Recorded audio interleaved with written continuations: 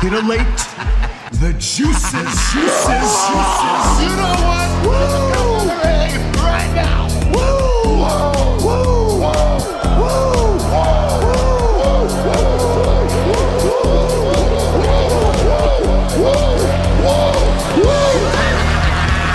Dr. Hughes invites followers. Oh, let's see if they increase now. Me too. Yeah, wow. Dr. Hughes. Mock-ass mock. He's a great podcaster. Trick-ass mock. Acknowledge me. We coming for you, nigga. Fat! Yeah, Dr. Hughes, here we go. Keep plugging yourself, that's cool. First up, a man whose looks will serve your inner needs and desires. Dr. Hughes. Yes, in the holiday season, holiday Dr. Huge here. Show us. There we are. With the sleaze, none other than. Haven't played. None other than. Where's my none other thans? He is none other than. I still got it, sleaze. Still got it. And look at this. Who else is joining us? Who's not joining us? There he is. There's a chair here. Oh. Look guys. Danny Good evening. from the UK. That's right. Looks busy. Busy man. Sorry, I thought I had a couple more minutes left. Sorry. Nope. Never. You know, I always pull the trigger like randomly. You know, as soon as I'm done doing a breakdancing or whatever I'm doing. All right. Anyway, so, yep. The HUGEies are today, the first ever. Get liking and retweeting. Let everybody know. Everybody sounds a little ill this holiday. I know I do.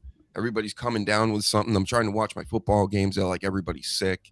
I don't know if it's, Seth Rollins juice type sick, or it's like real sick, but. Or if it's the AIDS. Mm-hmm. It could be that. Yeah. What do you think, Danny? Could it be AIDS? It might not be that one. It could be, unless you mean the other one we're not allowed to talk about. But we're allowed to talk about old age. Can't talk about anything. That's what I've learned over the weekend and over my entire life. You're not allowed to talk about anything. But there are a lot of monkeys escaping from, car wrecks and things. Have you heard about? Remember those things? Yeah. Mm-hmm. Yeah. They were running around throwing their syphilis at everybody. 12 Monkeys. Is that the movie with Brad Pitt? Yeah. I want to be Brad Pitt in 12 Monkeys. I just want to be Brad Pitt. I mean, the fuck? Wow. Well, maybe not now. He seems like old and crusty now. Yeah. You're probably better off being the sleaze right now. Yeah, probably. At least I shower. Yeah. He doesn't shower. He probably got bitten by the monkeys on the set or something. And over time, Yeah. Married, what's her face? I was going to say probably got bitten by Angelina Jolie. Yeah. That's what it was. Yeah. Mm-hmm. She's Angelina Jolie was so stinking hot. And then, as soon as you get like the them skinny, spindly 40-something, 50-something year old legs, we don't like that at HUGEN Studios. And it's the hands too. They get all bony and shit. Yeah, they get those gremlin hands. Yeah. Mm-hmm. For me, it's the shiny face. It's like the exoskeleton. Yes. It's like, the skeleton's meant to be inside, not outside. The last from Sex in the City was like the worst sort of like first offender for that. And then loads of others just started to imitate that. Yep. Oh, she looked like a horse too, so it didn't help. Yeah, there was that. Yeah. Oh man, we're rough today. Rough on everybody. I don't know how we got here. We're just doing it. This is what we do, folks. Like and subscribe. Hit all the buttons. Yeah, nobody expects us to do shows on Sunday, but again, I know the NFL's going on. I just watched the Patriots destroy the Jets. There was really no reason to watch the second half. 35-3 at the half. Yeah. And just the way, I'm not going to get into it. Just the way everything's fake and phony, like I've been saying. But sports, it's so recognizable. We got week 16, which usually is the last weekend of the season. We go into the playoffs next week. Nope. They added a game on a few years ago. For what? I don't know. They're talking Greed. about people breaking records. Oh, well, they didn't break it this week. Well, maybe next week. And it's like, well, that's not like the real record to me then. You did it instead. An extra game, which some of them, most of them, are meaningless. Fucking fuck this. This world is so stupid. So let's Fuck talk sports. about Yep. Yeah, Why- let's talk about the biggest fakest shit. Sorry, before you move on from that, will you quickly explain to me, a stupid, ignorant person that doesn't follow all the sports, what's the thing with like needing 6 different subscription services to watch like the next week? That's the thing too. It's getting worse every year. So, yep, I retweeted somebody that listed them all. It's like several of them. If you wanted to watch every game, it's just crazy how they've got. I knew they were doing this. I've been saying it all year long, and slowly but surely, like rolling it out where you have to subscribe to. Like, I still haven't watched Daredevil because I'm just like, I'm not getting Disney Plus. I don't want to. What am I going to do? It just to watch this? And then what if I don't have time? Now I got it for 3-4 months. I'm paying $40 to watch a TV show. That's stupid to me. I know it's old way of thinking, but I think everybody's been brainwashed into thinking that this way, the subscription way, is the way that we should be living going into the future. That stinks. I just did it with Apple TV just to watch a movie, and now I'm going to cancel it. There's nothing else on there I want to see. Yep. So. It's the way it I works. would do that with Paramount for South Park. I haven't done this year because they're just playing that same old joke again this year. But previous years, I'd just get it for a month and just smash South Park, and then maybe get like a season of Beavis and Butthead or whatever else had come out at the time. But I wouldn't subscribe for like long times. The microcosm of this is the WWE and TKO. Look at what they've done. They've spread out all over the place. They're on Netflix, Tubi, you name it. They're on cable networks still. Then you got the ESPN Plus for the PLEs. We got Peacock for Saturday night main event. Fuck this. How about that? How about I just don't really watch it anymore? And I know I've been threatening it most of the year, but I've been doing it. I've been practicing it. A lot of the people in the IWC are like freaking out over WWE having all that. But then I saw that list of the NFL. They're on like 10 different streaming things too. So it's not just, for them. It's all of entertainment is doing that. They're spreading their shit out all throughout. Mm-hmm. It's a cable bill now, guys. Right. But having cable is the wrong thing to do, which it kind of is. I mean, cable's a scam too. Yeah. My cable bill one year, they got me paying like $7 a month for the school district through the cable service. Yeah. You got me paying like whatever these programs are. I don't know. Why am I paying tax type shit through the cable? Huh? It's gross. At one point, at the highest, and I'm literally watching like 4 or 5 channels throughout all the 300 I got. I was paying like $190 a month. That's obnoxious. And it's mostly crap. Like, at least with the streaming, you get what you want. You know what I mean? For the most part. Mm-hmm. But yeah, cable is a fucking joke.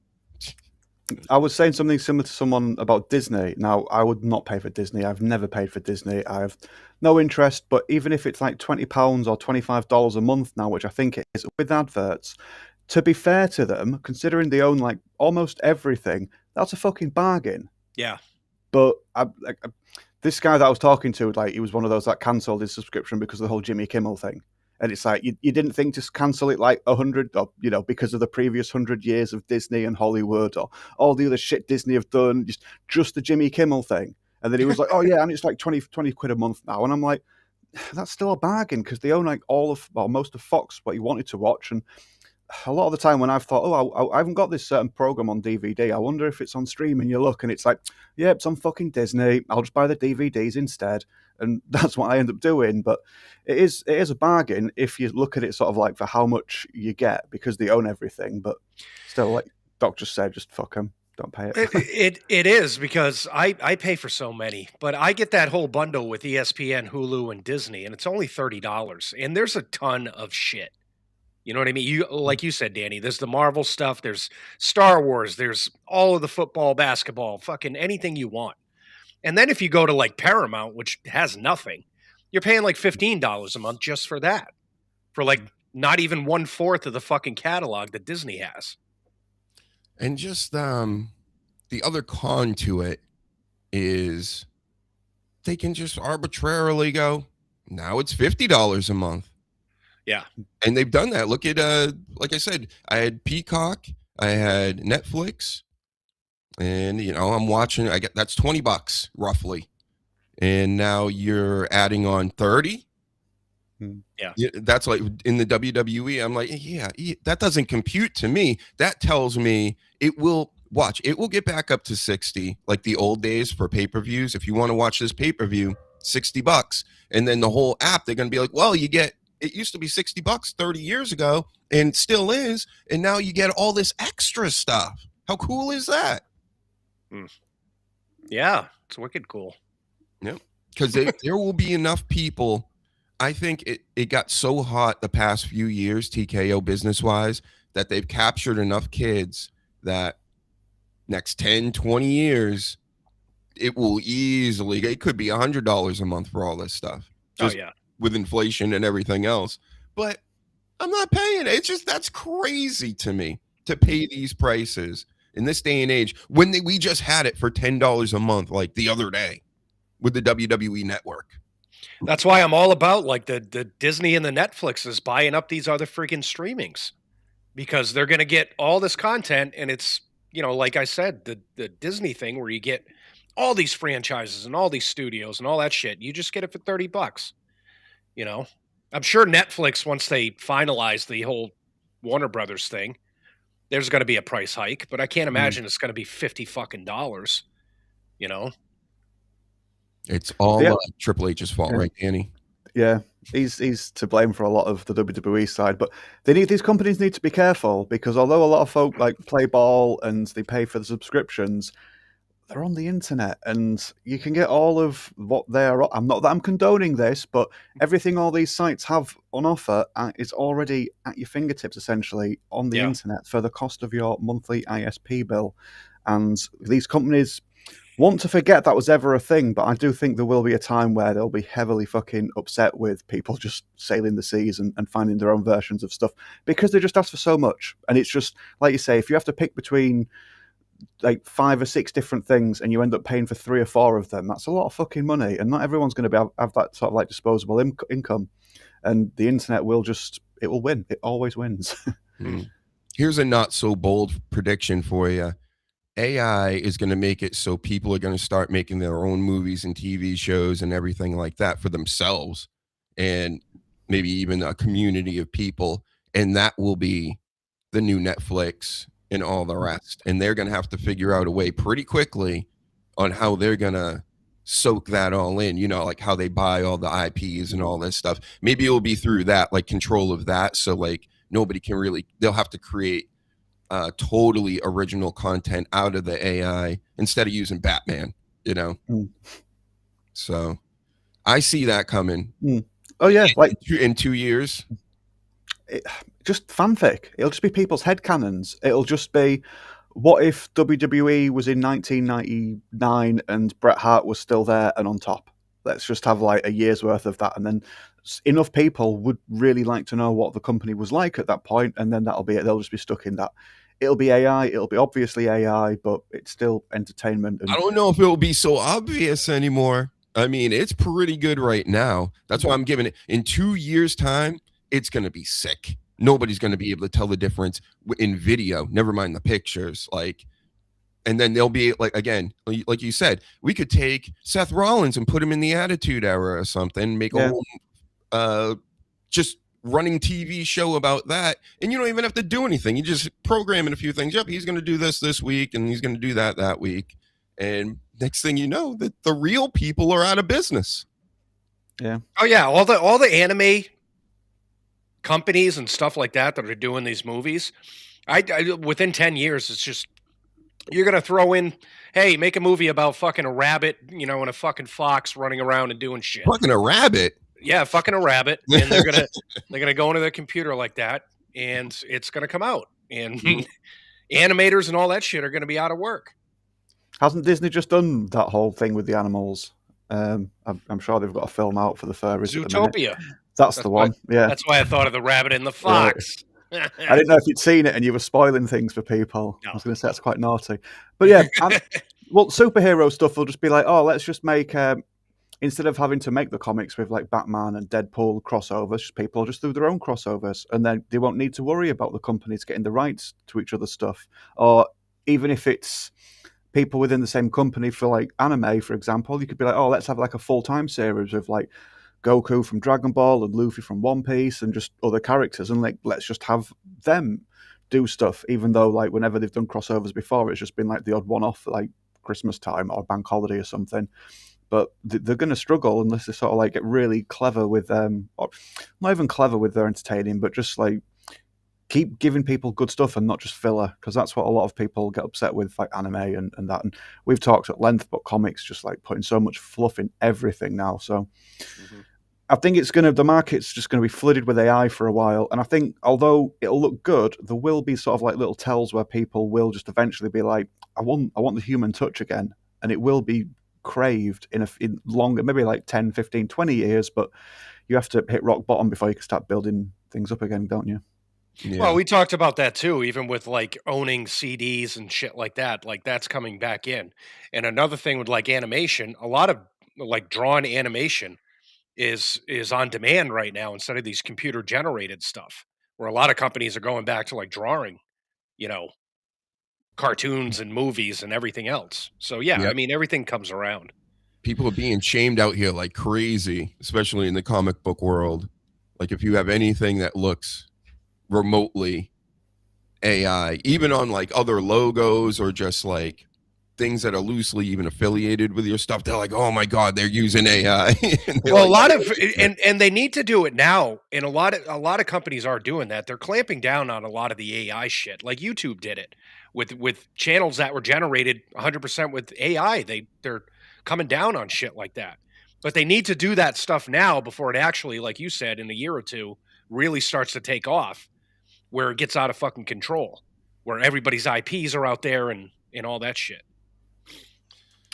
I've complained about One Punch Man. Sorry, excuse me. I've complained about the quality of the latest season of One Punch Man. About 4 or 5 episodes ago, they were accused of using AI because one of the characters had 6 fingers. Oh, so the studio are complaining that they've got like a low budget, and that Bandai Namco studio are like just kicking off and like not giving them any time or budget to do anything. And then we see 6 fingers on one of the characters, and people are like, "Come on, you've upset us so much." And now we've just seen 6 fucking fingers, and just like some body shapes were like, a human has not drawn that body shape. So I think it's already they're trying to creep it in to like save money where they can. Yeah, I seen, what was it, a Pepsi commercial or some type of drink commercial the other day, and it says in the bottom corner, made with AI, but it wasn't in like tiny font. It was big enough I could actually see it, but I was like, that's weird. So are they have to say that? Because why would they say that? And then the whole commercial, of course, is one big AI slop thing, and I'm like, all right. I was actually thinking that they're probably going to have to warn you whether or not it's like actually made or done through AI. That's probably going to be one of the big first steps, where it's like, what the fuck am I watching? I'm sure. Oh yeah, this is just made up. Yeah, everybody's going to abide by the rules, I'm sure. Yeah. Absolutely. Well, they said about bringing that in for like photoshopping, because like young lasses and that were looking at all these like attractive women, but really it was just loads of makeup, loads of Photoshop, and young lasses were buying into that, and they were meant to be looking into like putting warnings out, but I don't recall ever seeing any of that. They just cracked on as usual. Mm-hmm. We have all kinds of hearings over here about everything, Danny. Like they just go into our special buildings, and they basically yell back and forth and question each other and go, it's a yes or no question, always yes or no questions, no gray areas, and all this stuff. And then nothing comes of it. right? So they brought in all the tech guys and they did that. They said, hey, how dare you? You're doing this and you're doing that. And then nothing fucking comes of it. So, yep. They're going to do that with AI too. They're just pushing it right through. That and the Antichrist, right, Seth Rollins? It's going to be all the AI. And that's what's creepy too. This Peter Thiel guy who owns Palantir, who is like the top AI security firm thing in the world, is he likes talking about the Antichrist. And I don't like that combination one bit, Mr. Thiel. So cut it out. You're freaking me out. You're freaking people out. Stop freaking me out. Stop acting weird and telling us that you need we need AI to like almost combat the Antichrist. Why are you so interested? What the fuck does that have to do with anything? Exactly. I like how they've dropped the climate stuff as well, because obviously you need more computers and more power to sort of like to power all this AI stuff. So a lot of these people that were pushing different types of tech have just dropped all the climate stuff and the futuristic power generators and just going like, oh yeah, just fucking whatever we can get to power our computers and our servers, that will do nicely. And that's just very quickly gone out the window. So many crazy stories about that in America too, where they're in certain towns and everything, they're just sucking all the electricity and everything. People are living like as if it's like ancient times and their water's brown, like everything's like polluted and gross because you got this like Walmart sized computer, like just sucking up all the juice in the world. Well, they have this new data center somewhere in Massachusetts, and that's the problem. Like, they're having a huge problem with power. And one of the reasons is because of the climate change shit. Because Biden put all these freaking laws in place that shut down these power supply plants. And now they put a data center that doesn't have enough power because Biden's administration shut it down because of global warming and all that voodoo shit. Yeah, and then they did that after they signed it off or whatever. They're like, yep. We're doing great. We're doing great, everybody. You know what? It just feels like to me, before we get into all this wrestling and the awards, it's all coming. But it just feels like this is a controlled collapse that's happening here on purpose. And they're definitely doing it to Europe. You're ahead of schedule here, Europe. They're collapsing you as well. You can't be this inept where you're literally doing things that your country people don't want, and it is obviously going to affect you and hurt you, right? So they're doing it on purpose. And everybody should start asking why and keeping up, because things aren't that great. That's why I think that's a part of why I think all the entertainment and stuff that we talk about generally has gone so far off the rails, because it's almost like a cash grab before a cataclysm or something. You know, they almost don't care that, you know, that things are rigged and fake. And it's just the world is getting so stupid that people just need to start recognizing things a little quicker here. You know, let's go. I thought there was an awakening or something that 2012 that was supposed to happen. The mind said. Yeah. We're way behind. No, we got dumber. I'm telling you, the world as we know it ended in 2003. And it's gone downhill ever since. That's when hip hop like became the total shits. Yes, and Stone Cold retired. Yep. That was the sign of the end days. Yep. Stone Cold retiring. What? And The Rock losing his tits. Yeah. How dare you, Rock? Lose those tits and the sideburns. When he came back with the guitar, that's when I started like not liking him as much. I mean, the old school Rock from the real, like that Attitude Era Rock is up there in the greatest wrestlers of all time. In my expert analyst opinion. Yeah. Did we ever ask you, Danny, where do you place him on like your scale of the greatest? The Rock. Yeah. Yeah, he's up there. Top 10? In what way? For sports? Not in your personal way, like the way you view him as like a wrestling legend. Is he in a top 10, top 20? Yeah. He's obviously not like the most technically proficient like wrestler, because like we've said before about Cena, about Hogan, about Stone Cold, they stayed on top for so long and like protected themselves and their opponents as well to a degree, I suppose, because they kept it pretty straightforward. They didn't try and do like the triple backflip every night, and they didn't try and do like, do you know what I mean? So yeah, entertainment wise, he's one of the most entertaining wrestlers that's ever lived. And as much as I dislike him now, back then, I even liked Hollywood Rock. Because I liked him when he stopped being the Hawaiian dancing guy. I can't remember what they called him, what his little moniker was when he was rocking my Via. But then when he was just in the with the sideburns, that was just being a smug prick because of where he's come from. My daddy was famous, etc. And then when he went to Hollywood and came back, he did like one fucking film. And he came back and it was all about where he's been, but he blew where he'd been out of proportion. So it was the same sort of behaviour, but just with a little different twist. And I actually liked that. I just singing the songs and just being like, yeah, look, I've done like one part in a film and I'm the biggest fucking star in the world now. And it was like, yeah, you're a prick, but that's amusing. So I didn't mind that Rock. It wasn't as good as like the Nation of Domination and the Corporation, but yeah, he's definitely up there. I always thought that was funny that Hogan did that. He called himself Hollywood Hogan when every single one of his movies ever bombed. Like he was horrible and just shunned out of Hollywood. But he was. That's Hollywood why I loved it. That's the reason I love most things in pro wrestling is because it's just, it's ridiculous. Hollywood Hogan. Yeah. What was it called? Not Tropic Thunder. Thunder in Paradise. Thunder in Paradise. So I grew up a Hulk Hogan fan as a little kid. I would watch wrestling all the time growing up or whatever. I knew about this show. I never watched it once. Not one episode. And I watched one and it was not worth it. I could never get that time back.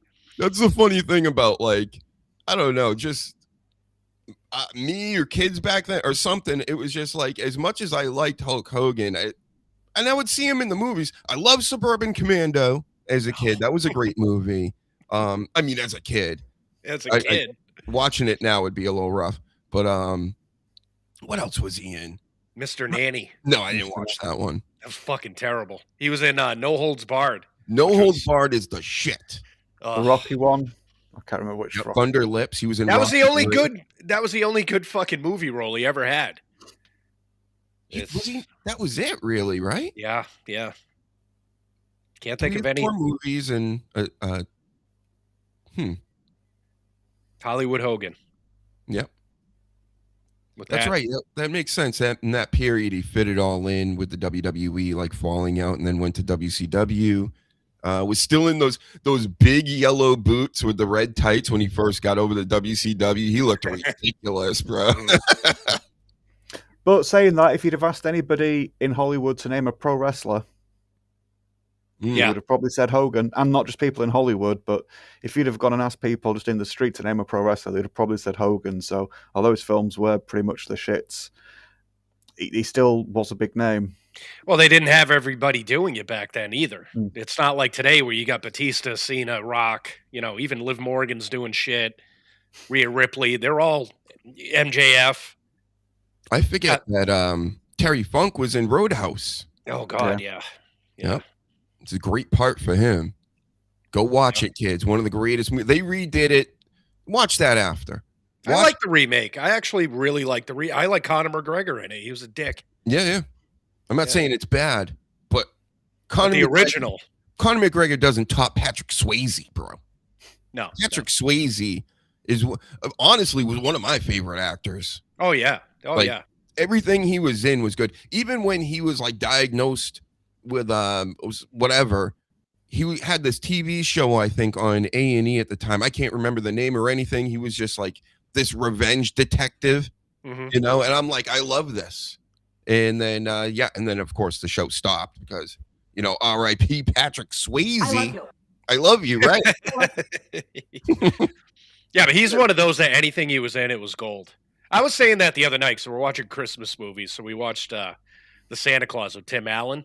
I fucking love Tim Allen. Like anything he's in, Home Improvement, all that shit, I love him. Fucking great. Yeah, I love all that. It's stupid as shit, and I love him. I don't know what my My thing is with Tim Allen, but I fucking love everything he does. Imagine that. I watch home. I used to watch. I watch TV like a motherfucker, like a kid. You Yeah. know, after school, before school, whatever. And yep, I've seen them all. Seen all my home Great. improvements. That's why I'm a comedy expert, Sleaze. You know, Hell yeah. Hell yeah. In Living Color, the Married with Children. What else? I've seen every episode. Martin. Nobody talks about Martin No, because and it's like a black show. it's so good. Martin is one of the greatest. If you like the sitcoms where it's just one-liner after one-liner, Martin, Married with Children, you can't really beat those. Yeah. And Sitcoms are dead, and it sucks. oh, yeah. And Matter of fact, Tim Allen has a new one. It's called Shifting Gears, and it's got that girl with the big boobs, Kate Dennings, in it. Mhm. And yeah, it's pretty funny. the big great. DFTs. I might watch it now. It's fun. It's fun. Sounds pretty good. Yeah. For me, I think the last decent sitcom was Scrubs, and they're sadly digging that up and bringing it back for a modern audience, where it's going to be fucking dire. I don't know if you're aware, but after they did the 9th series, which wasn't very good, they did like a podcast where they basically just started apologizing for jokes they made in the previous 10 years or whatever, where it was like, oh yeah, one of the characters did blackface, so we're really sorry about that. And then there was another episode where we made a sexist joke, and we're really sorry about that. Off. And it's fucking awful. And that was a good idea for a podcast, actually, but I got like 5 or 6 episodes in, and they had Sarah Chalk, who was Elliot, just like, it sounded like she was pleading for her fucking life, apologizing for doing like a blackface bit. And it's like, it was funny. JD was fantasizing about his best friend and his girlfriend becoming the same person. So to see Sarah Chalk with blackface with a bald cap, like saying, if you lose this bit of the video game, I'll let you play with my boobs until you're done, sort of thing. It was funny. But they just apologized for all the fucking jokes they'd ever told. And it's like, you can't come back from this. You can't now then go and do another series with the same characters and try and bring the same audience back, because you're not going to give them what they want. This society is so confusing because my girl has a 16-year-old teenage girl, and some of the shit that she shows me is like so fucking vile. Like, this generation's humor is like super fucking vile. But then at the same time, they'll be like, well, 20 years ago, somebody did blackface. And it's like, what? It's so fucking weird. Yeah, because I mean, the kids have grown up now on the internet. And on the internet, you know how extreme shit can get. And if you we didn't grow up with computers, especially handheld ones in our pocket. Imagine if our generation grew up with handheld computers in our pockets where we can look up anything. By the time we were, clanging and banging, so to speak, that we would be we'd be like dark web guys. We'd know the ins and outs. We would know how to do everything, how to hide. It's just. We're not, I don't think any of us at this age, of course, there's many hackers and things, but we're not like into that business. But I'm just saying, like, you got a lot of kids that know a lot more about what's backdoors and things that are happening with it's common sense to them because they grew up with it. They went to school. They probably taught even more about it. And these kids are so much smarter than us. Like, to be honest, they're exposed to so much shit. Well, it's not smarter. It's tech savvy. Yeah. I was going to correct. Man. They've got little phones they can just smash with their hands, and then food gets delivered. And then there was a survey not so long ago looking at who gets conned the most online, and it's not the old folk. The young folk get conned online more so than the older folks now, than the boomers. Because the young folk, you'd expect them to all be tech savvy for the exact reasons you've just said, but because their phones are the smart things, that translates all of their desires. People that grew up in the 90s are probably in a better position because they remember the time before all of this. So they can look at the difference and be like, I maybe don't want to just sort of like sit with my friends and all of us be on the phone together, because I can appreciate what it was like before to just sit and chat with people. And then if you do have a problem, like the example I always like to use is you're trying to set up your computer and you need a modem driver, but you can't get on the internet to get the driver for the modem. How do you fix this? You give that to somebody nowadays, they'd just be like, I just hit my tablet harder until it happened. Or I'd be like, okay, Google, fix this problem for me.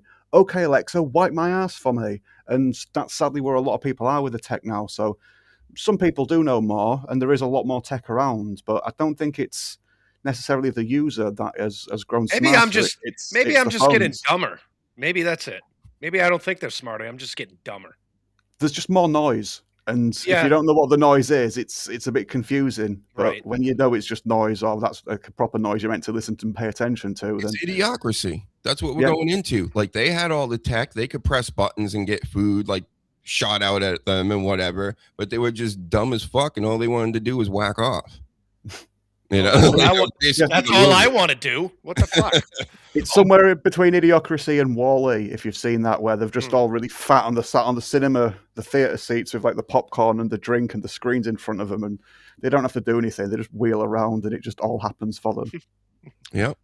That's the world we're slowly going into. And again, yep, it's just like the way I put it always is take a 20-year-old's phone away, take a 40-year-old's phone away, and let's see them drive into the city and back.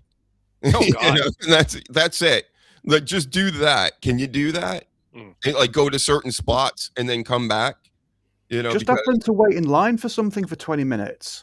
The young person without the phone will just dig their nails into the fucking legs with anxious sort of like despair. Whereas the older person will be like, I'll just hum to myself for 10 minutes. I'm fine. I know what it's like to be on my own for a minute and stuck in my own thoughts. Whereas if you've got to do that, the younger people have just been told to be fucking scared and anxious of everything. So, yep, that's the thing I'm worried about the most. It's like all the powers that be, all they have to do is just turn the power off. Yeah. And we're going right into The Walking Dead. Within a month, it's gonna start getting crazy. And because people just can't act right out here. They don't know. They're too stuck with the phones and the internet and things that they don't know how life works anymore. So, did you ever see the South Park episode where the internet went down? Oh, that's a really fucking good one. It's really good. It's called California Way. It must be about 10 years old now, so it would be even funnier if they did one now. But back then, it was just people were so reliant on the internet, it was still funny. Yeah, I'm telling you, I'm relying on it for this wrestling stuff. That's for sure. They're on every other platform now, and got to keep up with the news and what's going on.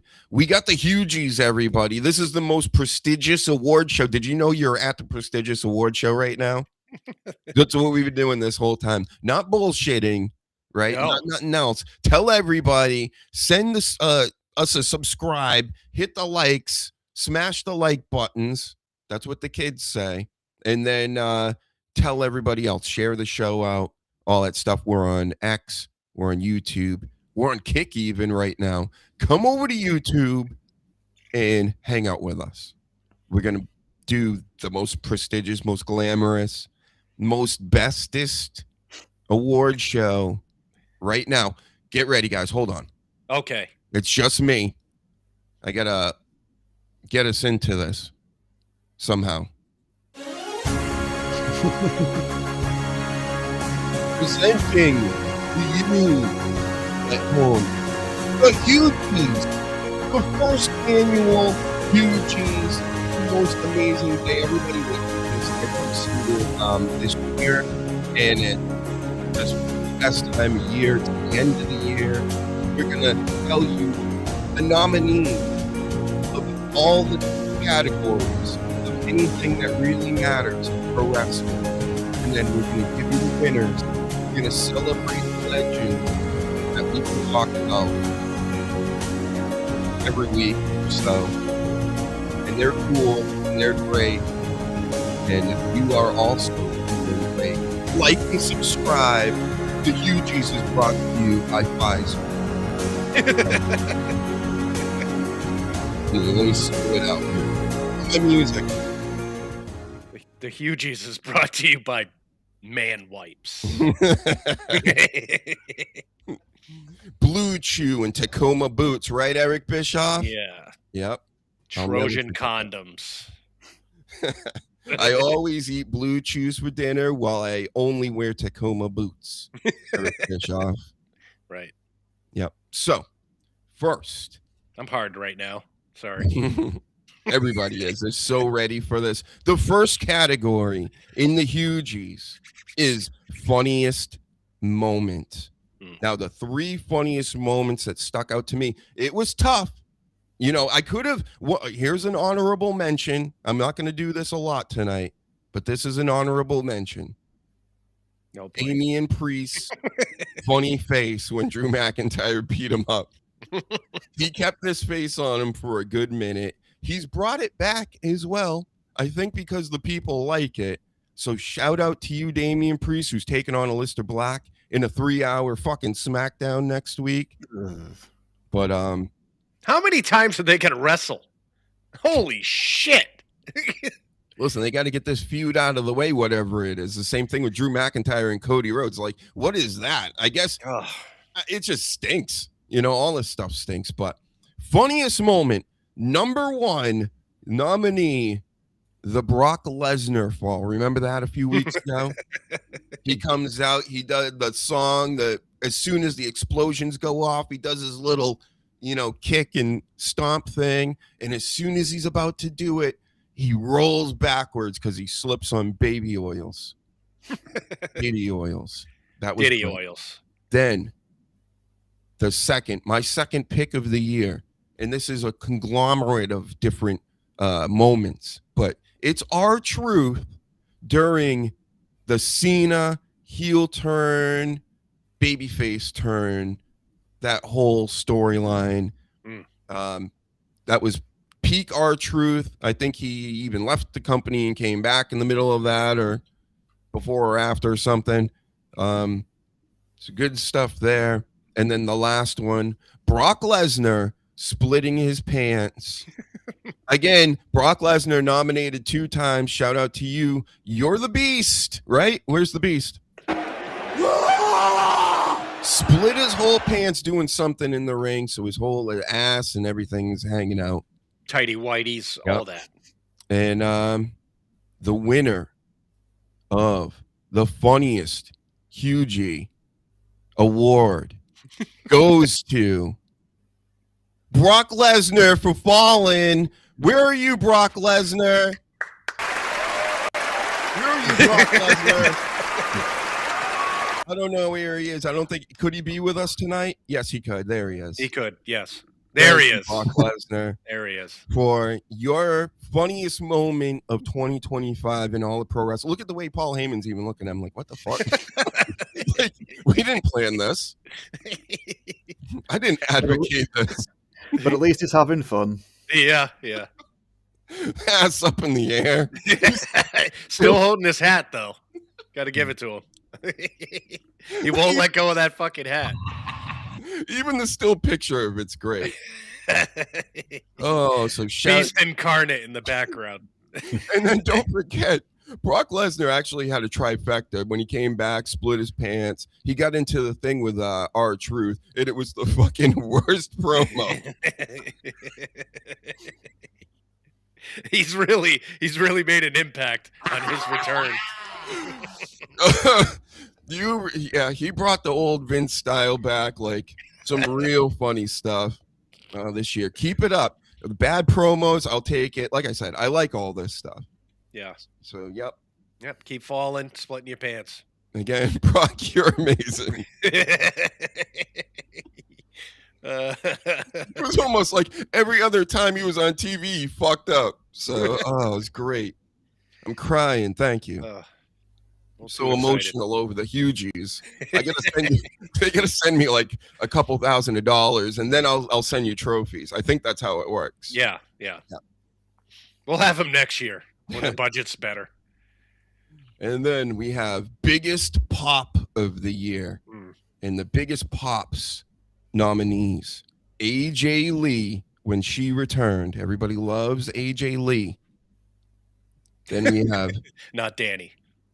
The Wyatt Six when they finally debuted. Didn't they debut this year? I think they did. Early in the year. I forgot they existed. Might have been on January 6th, even.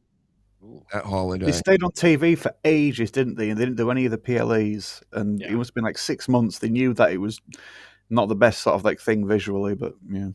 Hey, the initial pop was huge. Yeah. And then we got Alexa Bliss. Yes. And the HUGEie Award for biggest pop of the year goes to Alexa Bliss.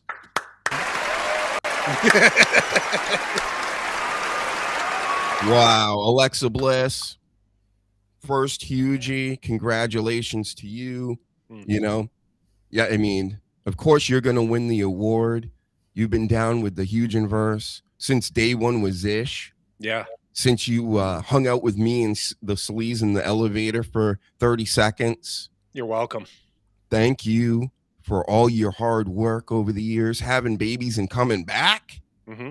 That's rarely done around here. You and Becky Lynch, because Becky Lynch is a sociopath. She can't stay out of the spotlight, but more on that later. But the most important thing is, if it wasn't for us, she wouldn't be who she is today, and she wouldn't have this award. Mm-hmm. Yep. You're If welcome. I didn't tell her to have Kevin Owens unblock me and told her how great she did in her performance that night, she probably wouldn't have believed in herself so much. And then there's just the aura of the sleaze and the cigarette smokes. Yes. Yes. You know, and then she was like, you know what? She soaked it all in. My secondhand smoke. Yep. And now she's a top girl in the HUGEies. So, Right. Yep. Again, Alexa, $15,000. I'll send it to my P.O. box and I'll send out that hot dog award immediately. Mm-hmm. Mm-hmm. Not a scam at all, this award show.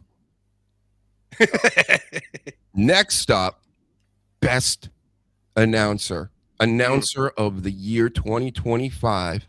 And your nominees, Booker T, Corey Graves. I mean, him dealing with the Pat McAfee stuff, almost leaving the business, it seemed like. Being demoted to NXT, the third wheel on the NXT, going back to Raw.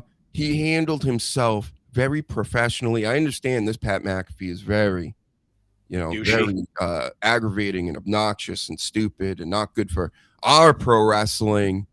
So that's why he's nominated.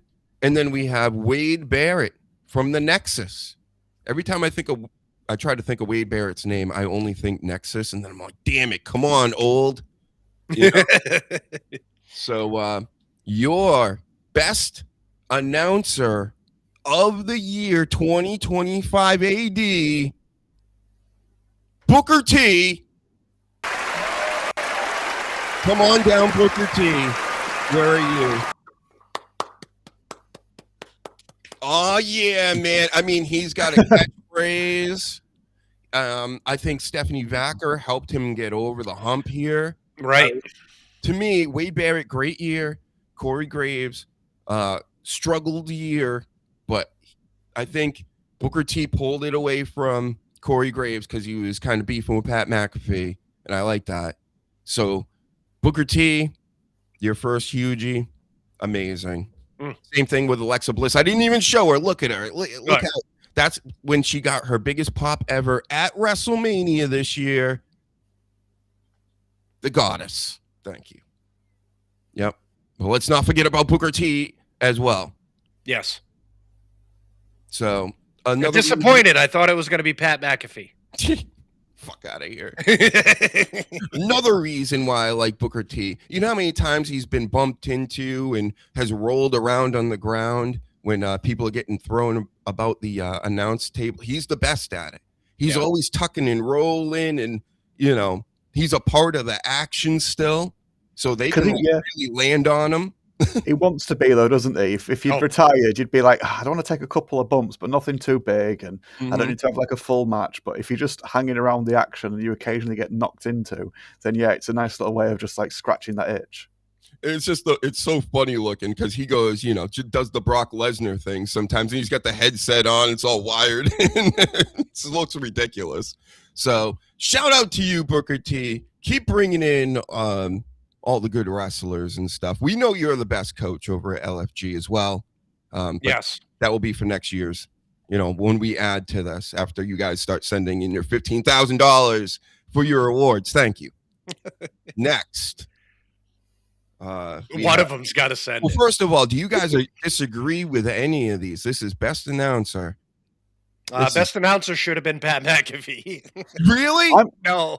No, you can't. It's going to be too biased. Just Doc loves him too much, and he really too predictable. Mhm. I think the commentators one, the announcers one, was a tough one because, like you said, Barrett had a good sort of like first year, or this is like his first sort of like introduction as a commentator. Corey Graves had dealt with like quite a lot of shit, but I've always liked Corey. But then Booker T's just added just a bit more sort of like liveliness to the NXT table. So I agree. He just makes me laugh the most. Because even sometimes he'll be like, blah, blah, blah, blah, blah, blah, blah. And then the guy is with, I can always forget his name, but he's just like, what are you saying? Like, I don't know what the hell you just said, boy. What the fuck are you talking about? So, yep. How about Alexa? That was the biggest pop, right? Oh, yeah, definitely. Of those three choices, I would have liked to have heard bigger? Jey Uso's ego when the crowd stopped loving him as much as they originally loved him. That would have, I think that would have won. Yeah, man, that was a good choice. She's one of my favorites. AJ Lee's was big, but I don't think as big as Alexa's. No, I don't know why she honestly. Like, it was rumored she was coming back, and we kind of expected her to come back. I think at the time it was like a contract dispute, like in the rumor mill. But I mean, of course, they could get it done. They got more money than God of these people at TKO. So, they got it. They got their moment, their WrestleMania moment. Like AJ Lee, everybody knew she was coming back. Like, it was a huge pop. But if nobody knew she was coming back, it might have won this award. But Alexa Bliss, it was like, there were rumors and then this and that. And they were saying, oh, definitely not. They actually hid that pretty good. Yeah. So I think actually everybody was like realistically surprised when she actually showed up. So if they'd have kept Cena's return at the Rumble quiet, I think that would have probably dwarfed the other pops. But they announced that before, and I don't think there was a single surprise entrant in the Rumble this year. I think everyone was already planned to be there. So that's normally where they get the really good pops. Like Edge, he gets the Alter Bridge pop. That's what I call it, and it's dwindled since being in AEW. Just hearing that little first sort of like couple of seconds of his song just makes people go nuts. But then once it's coming down to the ring, a lot of people have lost interest. Same with Cody. Yeah. It's the song and the whoa bullshit. Yeah, these long-ass Undertaker entrances, I'm done with them. That's why sometimes when these shows are recorded, I'm like, cool, I can fast forward through all this horse shit. Yeah. My girl will get up and go to the bathroom or something, get a drink, and then comes back and they're still fucking around in the ring. And then the commercials come on. Right, yeah. Okay, so we got next here, we got Best Faction. And the nominees for the Best Faction are The Vision, of course. Seth Rollins started group with Paul Heyman, Braun Breaker, Bronson Reed. They have since gotten rid of Seth Rollins, taken on Logan Paul and kind of Austin Theory. I haven't kept up with it too much lately, but I think he's they got nicknames for him and stuff, so that like he's a renegade kind of deal. And he's doing the Seth Rollins stomp, so he could be still a disciple of Rollins for when he comes back, like a mole in the group or something. So anyway, that's why they're nominated. Then we have Judgment Day, of course. They got a bunch of titles, tag titles on the men and the women. They're super hot. Even Liv being injured didn't really hurt their stock. Dominic Mysterio being a double champ, who is also injured right now, hurt his shoulder over in Mexico. I think his father, actually, he was wrestling Rey Mysterio and he injured him. Karma's a motherfucker, isn't it? Yep. So, Judgment Day, you're number 2. And third, you may not know of, but I'm telling you, they're hot right now. The Death Riders. Dark State in NXT. They come out with the flashing lights. I'll give you this. I don't like necessarily the promos they do. I know what they're trying to do, but they're trying to be aggressive and intimidating, and it just doesn't fit when you got like 4 or 5 different guys with all these different attitudes, but they're all doing the same thing. So that's a little cringe. Yeah, I guess maybe they'll figure that out. But Dark State on NXT, good faction. They keep things interesting. And the winner of Best Faction goes to the Judgment Day. Yay, Judgment Day. I mean, come on. You got Rodriguez. You got Roxanne, Liv Morgan, Finn Balor, Dominic Mysterio, and JD McDonough, who everybody seems to know. If you've been watching any of his matches the past few years, he's really good at wrestling, and they just need to give him something to get him going. But that's the group. Better than the Vision. The Vision got all the names, of course. They're getting the biggest push, obviously. You take points off for the injuries. You know, Seth Rollins again. You got to change things up. Logan Paul being in there. Where is it really necessary? I don't know. Does it make sense? I guess a little bit, but not on the level of Judgment Day. And of course, Dark State. You were nominated. Just take that as a win. What do you guys think about that? Are there any factions I missed out? I know, Sleaze, you pointed out one. What's that? Oh, the Death Riders? The Death Riders led by none other than Moxley the 13th. Where are you, Moxley? Here you go. I mean, look at that.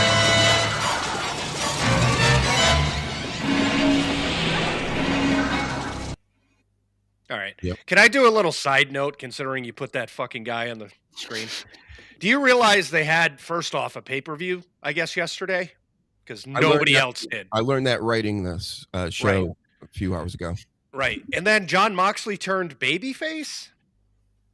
Like in one of the dumbest fucking like swerves I've seen in fucking years, where he's like a horrible like anti-AEW guy, and then all of a sudden he comes out and says, "This is for you and go AEW, and this is such shitty writing and I suck." Yeah. Okay, that's my rant. Did you hear about that, Danny? I saw, yeah, that's pretty much what AEW was doing. Like when I stopped watching it, they couldn't tell like who was meant to be the face and who was the heel, and it just changed. As soon as they established it, they just change it on a whim, and then the next week they'd be like, "Oh, just forget about last week. Think about 2 weeks ago. We're going back to that." And it's like, the fuck is this? Yeah. And then I'd get told off by people for just not just enjoying all wrestling. So I just lost interest. You got attacked for having a brain. Yep. It's all these companies, man. I really haven't seen TNA. I haven't seen enough of, but overall, I mean, creatively, look at the John Cena heel turn. Just that alone this year was just, what a way to start, and then it goes to shit. Yeah. Like almost immediately. Like everybody's just kind of like, was this a good idea? And they're questioning it. If you're really questioning it, like the first couple of weeks into it, that's not good. And then, of course, they just stopped on a dime. Jey Uso stopped on a dime. It's like, you either don't start it, or at least, I know it's good to get Jey Uso over with the yeet stuff. I know it's good to turn John Cena heel and all these things. You got to figure out a way to get through this in beginning, middle, end. That's a story, folks. It's not rocket science. Even if it gets fucked up, like have a definitive ending. Like you said, with Jey Uso, it was like, that's it. With John Cena, that one night he's the worst heel on the planet, and then the next he's like, you know what, Cody, you talk me into it. I'm a good guy now. And now this John Moxley bullshit, where it was like a night before he was the worst fucking person in the company, and now he's the biggest cheerleader. Like it doesn't make sense. Yep. I'm not bad no more, guys. I'm not gay no more.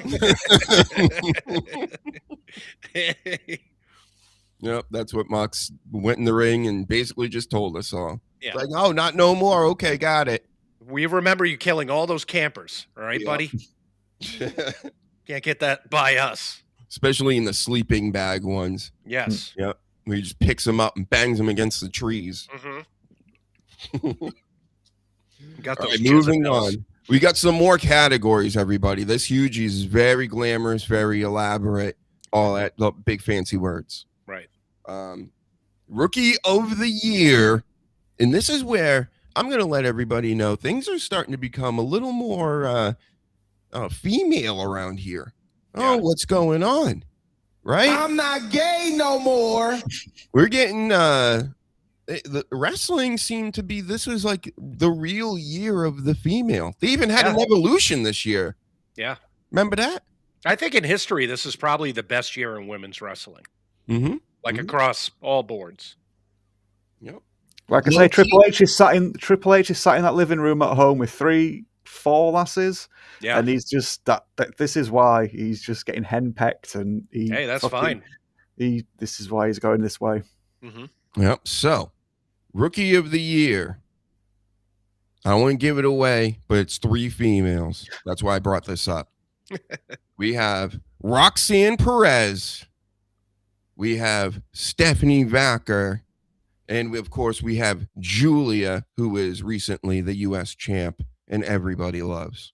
And the award goes to, obviously, Stephanie Vacker. Wow, Stephanie Vacker. You're great. You look great. Look at Oh, God. There you go, everybody. What are you doing to me? I was about to ask if any of those 3 are Uggos, and I know the answer. I know why all 3 of them were fucking nominated. She's got it all. She does the dragon's kiss. I love those. She goes, and it's not I'm the best because it is not all about dragon kiss. I don't know why you made her sound Asian, but that's fine. What she sounds like. So she gets like, she goes, I am the best because I la Pamira, not because a dragon kiss. Yeah, a dragon kiss. Shout out to you. She's the best. I mean, she's killing it. She's destroying it. She sounds more Japanese than Io Sky. I told you I can't really do impressions, but you listen to one of the last time she was on the mic. It was pretty much that. It is not because dragon kiss. Is that the sort of content you find behind a paywall, or does she give that away for free? I don't know. It's the best photo I could find. So, God. there's a lot of I meant the accent and the impression and all the... I meant the promos. Yeah. Would you like noodles with that too? I just love anybody from any language trying to like really press through and learn English overnight when it's like totally not their language. So yep, she's great in the ring, looked like that, all that stuff. So yep, she's still young, she's gonna get better. That's the way I look at her. There's a lot that needs to be done especially when it comes to promos and shit, but her wrestling is fantastic. She's top 5 in the world, women's wrestler. So, but that fucking promo, especially if she starts doing it in Japanese. Yeah. All right, we got some big ones here now. Wow, best match of the year. Now, this match it must have been good because it stuck out in my head immediately. And I can't believe I'm even saying it because I'm not like a huge fan of either one of these guys. But Cody Rhodes, Kevin Owens, ladder match, Saturday night main event. The punishment Kevin Owens just took in that match alone. And what they were doing to each other with the ladders. That alone put it in one of the best matches of the year. I cringed so many times. Yeah. Then we have Bianca Belair, Io Sky, a Raw at the beginning of the year leading up into the whole Rhea Ripley, Io, then the triple threat match between the 3 of them at WrestleMania. I know everybody loves that one. I'm telling you, Bianca, Io, that first one at the beginning of the year, one of the best. And then we got Seth, Roman, and Punk at WrestleMania, which capped off night 1 of WrestleMania, where it left me with a high going, okay, this is a good WrestleMania.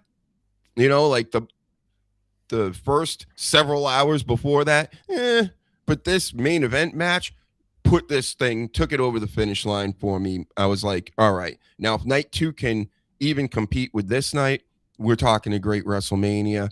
Night 2 was the shits. So, this ended up being, I think, one of the best things. I know, again, everybody talks about the triple threat match with the women, but I think this, performative-wise, story-wise, wrestling-wise, everything, it had it all, and that's why it was the main event of that night.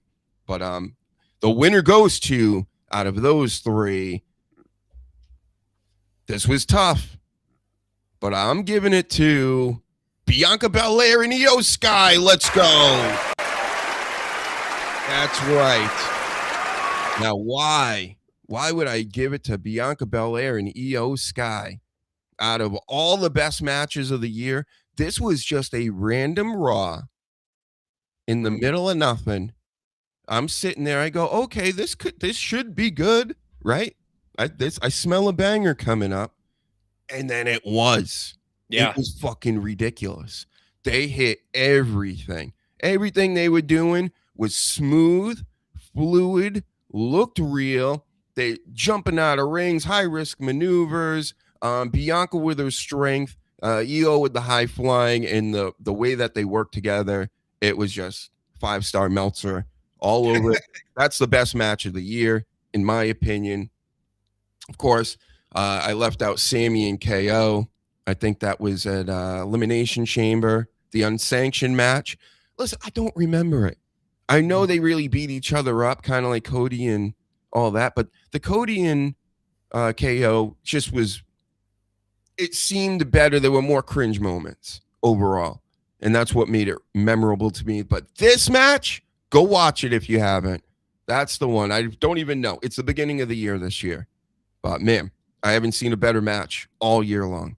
yeah. So, do you guys remember anything from the year that you liked? Or any? I actually have a different one, and it was Rhea Ripley versus Io Sky at Evolution. Like, to me, that was match of the year. That every fucking second of that was on fire. But yeah, the Bianca Io one, like you said, it was a random Raw, and it actually surprised the shit out of me. So that's a really good choice. Yep. Just the 3 of them. And then the triple threat wasn't bad. Everybody puts that up because, of course, it was WrestleMania. But, yeah, those 2 were better. Their singles matches together were better because triple threats are just hard to work through for the most part. Yeah. But it did tell a lot of storyline, which sort of like they did build upon for the rest of the year. So that's why it was in there, I'm guessing. Yeah, I saw that one at Mania, and I did see the Belair and Io one earlier on in the year. I didn't watch the Cody and KO one from all the way through, and because I didn't watch anything like since WrestleMania, I've not really watched anything from like the full matches, so I can't really suggest anything else, I'm afraid. All right. And next up, moment of the year, we got Seth Rollins returns, drops the crutches, comes out. Did he win the title that night? Oh, no, he just fucked CM Punk out of it, right? Yes. Yeah. Which is even better, in my opinion. And that's really when the vision formed, because I think he was in the ring with Heyman and Bronson and all this. And then they started making sense of all that right after. Then we have Heyman turns on Roman and Punk. Remember, he was in Punk's corner. He was the wise man for the tribal chief the whole time, but said, I'm not going to screw you. And he goes with the one guy that had nothing to do with him, right? So I love that because I'm a Seth Rollins guy. I like Heyman. I like the vision. I like what they've done and all this. But the winner of this best moment. Oh, wait. This is another third one. Only did 2. It's the third one, everybody. Hold on. They gave me the wrong envelope.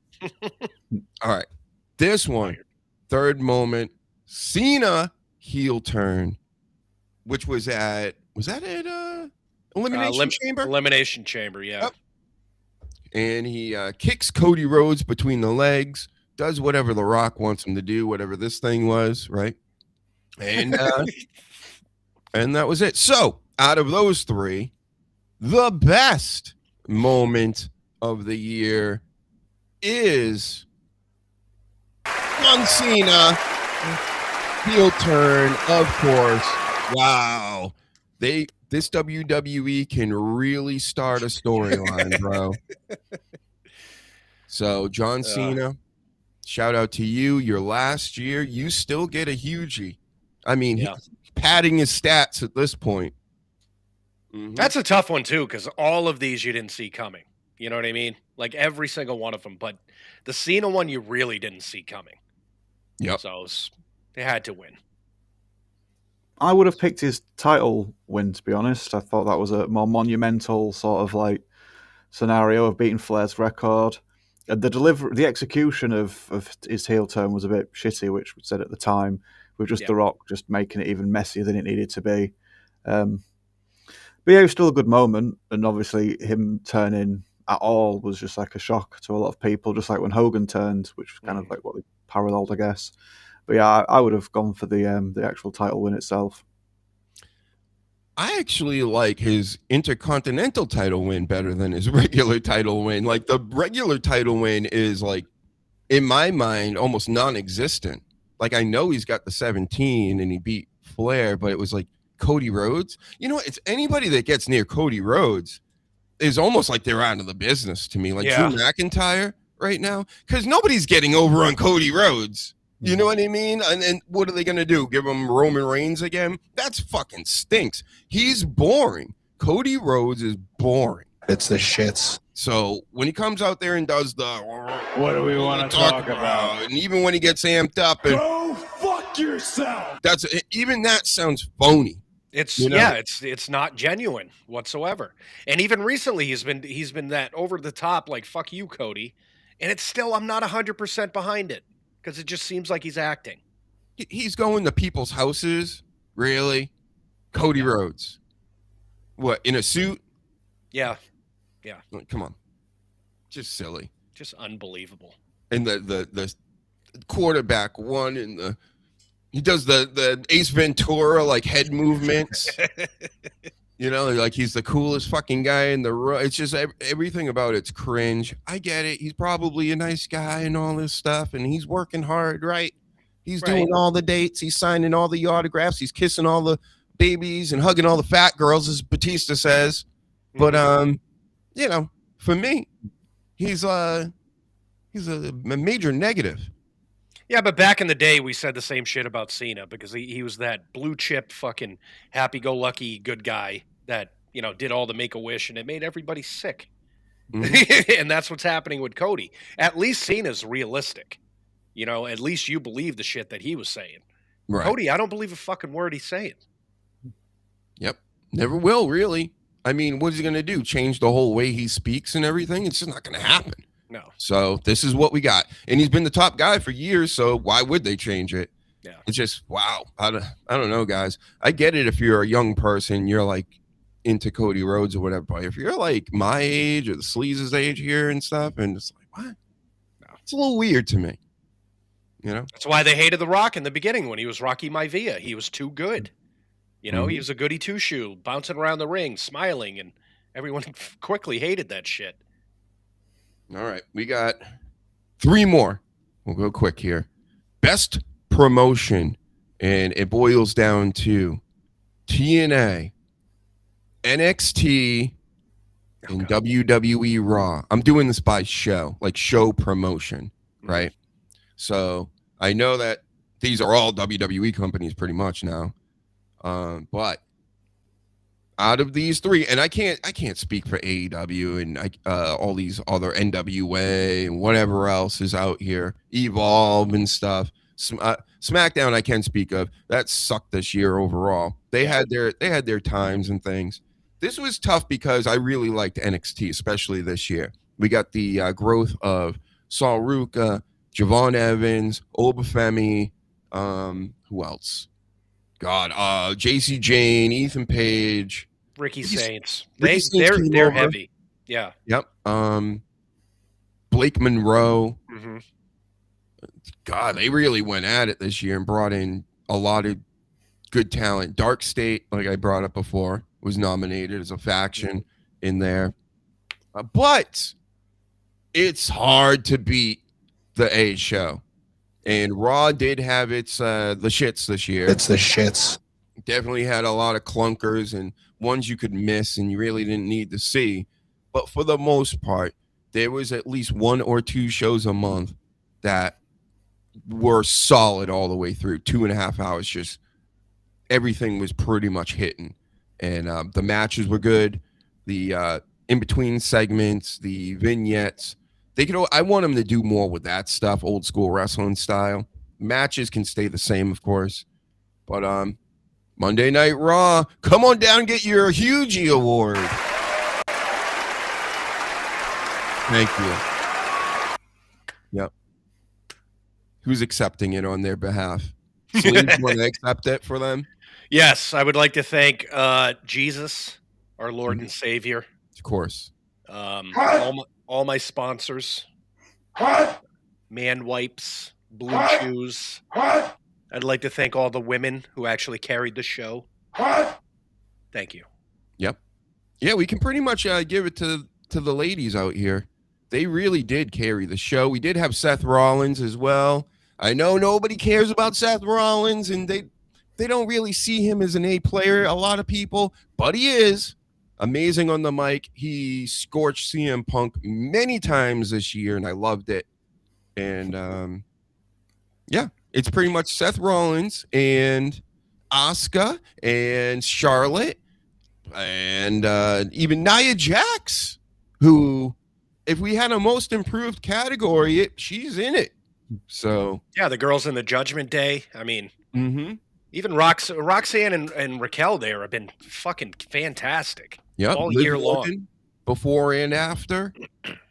Just and even all the girls they bring up. They've been bringing up all these NXT girls. They've been putting Becky Lynch in NXT back and forth. Yeah. And yeah, even Becky Lynch, she had a great year this year. She stole Bayley's spot at WrestleMania. She cut a lot of great promos that I could edit on the Dr. Huge Show channel. Go check those out. The whole playlist of them. And yeah, Bayley, I think she's going through menopause this year. Exciting for the show. Yeah. Lyra Valkyrie is caught up in it. Yep. Getting hot flashes and cramps. Yep. She's got to take care of Bayley, who's struggling right now, giving her sandwiches and back rubs or something. Yep. Yeah. So Raw, I can't believe it that I picked Raw. I'm like, well, I mean, well, as much as we complain and bitch and moan about any of the storylines or Triple H or anything, it's still the number one promotion. It's still the number one show. You know, we, like you said, once a month we'll get a banger. Overall, it's not horrendous. It's right in the middle, but it's still the number one fucking broadcast. Except that first one. That first one, they built it up so much. January 6th, 2025. Oh, it's the beginning of the new this and that. New. Oh, every week's a new era now with Triple H. So, I mean. No, we're still in the Ruthless Depression era. Still. Yes. I think I would have voted just against Raw, just out of defiance. I agree with everything you both said, and it is the biggest company, it's the biggest promotion, it'll get the best ratings in that lot. But because of just Triple H and all the fucking relentless adverts, I would probably just say TNA would probably be more enjoyable for me, because I'm going to guess they don't cut to commercial every 90 seconds. And even if the show isn't as entertaining or doesn't have the biggest stars as NXT or the main WWE shows, I'd still just I'd be in the moment, and I would probably still enjoy TNA more at the minute. I really considered them too, but I couldn't do it just to keep the sanctity of the HUGEies alive and well. It being the first one, I didn't watch enough of it. But next year, TNA, step your game up. I'm watching this year. You're on AMC. Let's go. Yeah, I was gonna say they just got their TV deal and everything, so. Yep. Couple seeing a different product. I'm going to be watching Thursday nights. Yep. And so these first couple of episodes better be fucking bangers or Arc Raiders. Okay? Masturbation. Yeah. I'm baiting over here. So 2 more. These are the biggest ones. Again, over here in the Dr. Huge Show, see, everybody's equal. See, I'm not going female, male. I'm going male and then female last. See what I did there? You're not the only ones that can pull this stunt, WWE. I do it better. Look. Yeah, you I pivot. stand for women. DrHUGEshow does. Yeah. I have women's underwear on, so whatever. Right. What color are they, Sleaze? Pink. Wow, I knew it. Really represented. All right, so male wrestler of the year. Now, even this was a little difficult. I'm like, it could be a million different people, right? I'm not going to get fancy with it. I'm going to go with what's selling, what's popping, who's could be the biggest this year, and what it looked like from like this year. What do we got? And I'm telling you, the 3 nominees I came up with: Jacob Fatu, whatever he's got going on and got written off TV for a while. If he wasn't, the rocket ship was strapped to him and he was on his way. Jacob Fatu is the next Roman Reigns. He's getting a Roman Reigns push, basically. And then we got John Cena. The last year, the whole, storyline of it, he made it through it. Amazing stuff. Then we have Gunther, who they attempted to boost other people, like Jey Uso off of, who won the King of the Ring, and who retired John Cena and Bill Goldberg. So, the award of the HUGEie Award 2025 Male Wrestler of the Year goes to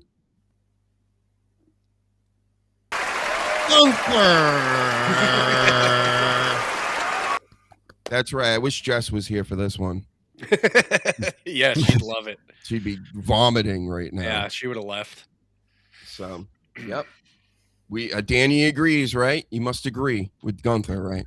That I would like to see Gunther in that role, but he has put over too many shitheads, in my opinion, even if that is just Uso and Sami Zayn. I would actually say that Cena has probably had the more... It's been Cena's year this year because he's retiring. And that's not me saying I like Cena better than Gunther, because I don't. But it's Cena's had the belt. He either the main belt and broke the record. He had the IC belt, which I don't think he ever had before. He's had this great career-ending fucking run. So, you could have given it to Cena, and I would have gone, yep, fair enough. That makes sense. Yeah. It was Cena's year. I mean, everything about WWE was revolved around him. So, he had a hell of a fucking retirement. It's true. But he didn't win the King of the Ring in Saudi Arabia. And he didn't retire Bill Goldberg and himself. Yeah, he didn't retire himself. And he didn't put over... He tapped out, so he technically did. Sorry. Oh, yeah. Wow. And he was happy about it. Yeah. Sorry, keep going. That's Triple H's guy, You better like this, everybody. You're going to get a lot of Gunther soon and forever. Oh, yeah. They're pretty much putting him up as the guy that retires people, because he's going to do it to AJ next. He's going to do it to Brock Lesnar this year. So, yep. He says his profession now is making people give up. That's a quote from him in the media. Yeah. It's fantastic. My profession. So congratulations, Gunther. Well deserved. I mean, in my opinion, beat out John Cena even this year. You know what? I would have given it to John Cena too. It's just a layup. But you fucked up the heel turn. This is you too, John Cena. It wasn't just Triple H, obviously. This is a team effort of fucking all this up. So you just become good again one day. You say, oh, forget about all that. You even tell R-Truth, oh, you gaslight R-Truth, who's already crazy. Oh, yeah, I don't know. That was weird, right? Who would want to ruin wrestling? It's like, we get it, okay? You're doing AEW shit. You're just going to go, yep, we're done. I'm good. Yeah. Got it. Yeah. Fuck that. So that, and also Travis Scott being involved in WrestleMania and everything. that put a damper on just the whole connection with John Cena and how he was supposed to be a part of it. That was stupid. Did you see the new picture of Travis Scott? He's like got his shirt off in a room with other dudes and they're doing some weird shit. It wouldn't surprise me. I've seen a lot of the artwork on a lot of his albums and the newer stuff that's supposed to be coming out, and it's like very occultic and PDF type business. You know what I'm saying? It's weird. I think the reason why they didn't go forward with him is probably because he wanted to butter somebody's muffin, if you will, because he seems fruity. Hey, could be. I mean, in a boxing ring or something, you two. Right, hypothetically. I'm not gay no more. Yep. That's That's the guy what- that what- That's what he'd be fighting to prove. Yeah, he's not gay anymore. Yep. No, he's gay. He would be probably the worst thing that happened to wrestling this year. Yeah, terrible. Yep. Literally the worst. Worse than the dwarf that everybody was upset about. That was John Cena weeks ago. I love that. Worse Worse than than Hulk Hogan dying. Oh yeah, Yeah, worse yeah, than Hogan dying. Yeah. Yep. Yeah, we got to recap some things too. But we have one more thing to go to. One more category here. Best female wrestler. And Legs, tits, or ass. Oh, come on. That's what you're boiling it down to. Fingers crossed. Titties. Your nominees are Io Sky. I still call her by her Christian name, last name and everything. The Sky family. Shout out to you guys. Asuka and Becky Lynch. Surprise, right? You know, I'm not a Becky Lynch fan. She had a great year. She stole the spot of Bayley's at WrestleMania with Lyra Valkyrie. She managed to get the Intercontinental title. I think she went to NXT and was a title holder there. And if she wasn't, she was keeping things moving there. No, she was pivotal also in screwing Punk over too. You know? Yes, she slapped the shit out of him on two occasions and hit him in the pee-pee. Yup, and hit him in the pee-pee. And then the whole thing with Maxine Dupree, and she's raising her up now. Yeah. So Becky Lynch is also on the you made the list. And the HUGEie goes to Asuka. Wow. Asuka of all people, right? Wow. I'll tell you this. I've watched a decent amount of wrestling this year. And this Asuka, she's keeping everything together. She's bridging the gap between the Japanese and the English. She's making sure Kairi Sane's in her right place at the right time at all times. She's doing it with Io Sky. She's quarterbacking everything out there. She knows what the fuck is going on. She is the glue that makes all of this stuff happen. She's evil. She paints her face before every show differently. She's keeping it fresh. She's slapping Kairi around and getting that whole gimmick over. She's one of the few very evil female wrestlers. I mean, we got her, Nia Jax, Judgment Day girls, Chelsea Green, right? But she's one of the ones that's like an actual threat, compared to especially Chelsea Green and stuff. But Asuka, that's why she gets it. I think she showed to be the most valuable and always good. Came back from the injury. She's got the knee brace on now, but she hasn't really slowed down. And no, she's great. She looks like she did 10 years ago. Yep. And she doesn't swallow, she spits. So that's right. She made everybody greenish blue this year. Right. I love that.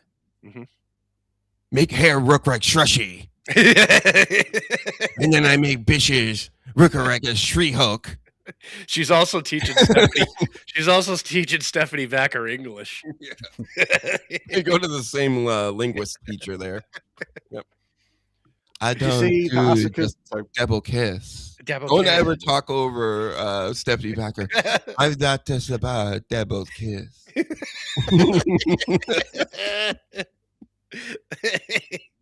Sorry, Danny. Go ahead. Oh no, I was just add on the Asuka thing, but then in contrast to like a character on screen, she's like got a lot of real wholesome content on her YouTube channel. Where she's, with the money that she's made working for WWE, she's got like I think it's maybe like a 2 or 3 floor like arcade hangout game center that she's not secretly getting built, but she's not letting like slip where it's getting built. But she's like had some video footage released of it, and yeah, she's just going to have arcades and stuff like that, and it just looks real cool. Yeah. Yeah, I've seen her. She camps in her backyard, and she'll like eat sushi all the time, and she gets stalked, by creeps.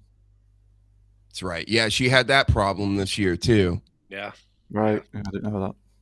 Yep. So just to speak on a few things, congratulations to everybody. Let's go through the list one more time. Asuka, HUGEie, Gunther, Monday Night Raw, somehow on Netflix that I have to pay for and watch million ads. John Cena, heel turn. Io Sky, Bianca best match. I just wanted a reason to show this again. Stephanie Backer, Rookie of the Year. Yeah, Judgment Day, Faction of the Year. I mean, just so many winners right there. You know what I mean? And then Liv wasn't even in this picture, and Liv's the biggest one out of all of them. Booker T, Announcer of the Year, Alexa Bliss, Pop of the Year, and Lesnar as the funniest moment, slipping but keeping this hat in his hand. So good for you. Yeah. Yep. But what else happened this year? A lot of random things. One thing that came to mind for me was for a few weeks there, the Matt Riddle stuff. Oh, God. Do you guys remember any of that? He had a problem with UK promoters. Yeah. And he made all those videos that we watched. And yeah. Yeah, he was terrible. He's a terrible wrestler and human being. So. And supposedly it was for like a charity. And, they've been bickering back and forth of, who's in the right and all this business. So there was that, the Matt Riddle drama. Then we had the Cora Jade OnlyFans stuff. Remember that? Oh, God, yeah. Everybody they were so pissed one way or another. Her going on Ariel Helwani's show and saying how WWE was body shaming her and the people are body shaming her. And it was messing with her mind because she was there so young. And she was. I will give her that. She looked really young. They were probably like, listen, it's time for you to get those big fake titties and to do this and put the weight on and blah, blah, blah. And it's like, just take it for what it is. You're in show business now. Yeah, yeah. That's the thing a lot of these people don't understand. It's the same in acting. They'll say, well, you might need a nose job. You might need to gain or lose weight. I mean, that's part of the shit. I would go into Hollywood and they'd go, you need to take your whole face off and maybe put Nicolas Cage's face on your, your bones. Right. Right. I go, okay, maybe I'll do that. I've seen Face Off. It's a pretty seamless procedure. They look just like each other afterwards. They do it all the time. Yep.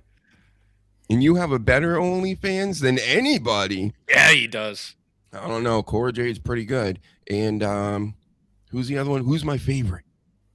There's a lot. The military girl, Lacey Evans. Oh, Lacey Evans. Fuck her. Great. I will. Thank you. That's your favorite. I wasn't aware that was like top of your list. I love Lacey Evans. Yeah. Yep. She's just, I don't know. She looks really good to me. I'll take that all day. Her and Mandy Sachs are like just sad, pathetic people to me. Mandy Sachs is almost like, in a way, it's like too perfect. She looks really good, but it's like, I don't know. I don't like those women that are like, it's too symmetrical. Everything's too right. I like a little wonkiness, a little charisma. I like an eye that goes one way and yeah, the other one goes this way. Yeah. You need something a little wrong. That's what I like. Right. The interval you used to like Shawn Michaels. What? No, he likes Shawn Michaels now. Yeah, that's what he's my favorite now, Danny. Come on. I had to But take we that weren't picture. gay no more, so that's why I thought past tense. How dare you bring that up? I'm not gay no more. Mm-mm. Not no more. Not no more. So, yep. But nowadays, ever since I've seen, where is it? Ever since I seen this, I think, I'm not gay no more. No. How can you be gay with something like that? Yeah, that's pretty good. Pretty good. You know what? Instead of that, I just want some guy's sweaty nuts. Yeah. You know? Yeah, I want musty, hairy nuts. Yeah. Somebody that's going to fart constantly under the sheets. So shout out to you, Cora Jade. Very rough year. I think she retired from wrestling. Who knows? She may come back eventually, when this whole OF stuff dies down, if it ever does. I love that that's the fallback now for these girls. That's fallback for a lot of people, like not even wrestling people, but definitely the wrestling. They're already out there. They're half naked in the ring. They're figuring, what's a little more, right? Yeah, I don't even think it's fallback for a lot now. I think that's the end goal. But things like WWE, it's just going to funnel fans to them. It's true. Yeah. Sorry if that's pessimistic of me, but you know what stinks is back in the day, like let's say there was OnlyFans back in 2005. Vince would have been all about this shit. Just like he was with Playboy. He would have been all over. Here's her OnlyFans. Fucking. It's true. If that OnlyFans got a cut, yeah. Yeah. The Jello wrestling and the mud wrestling, he would be, yeah. You know what? WWE would probably have a thing on their app.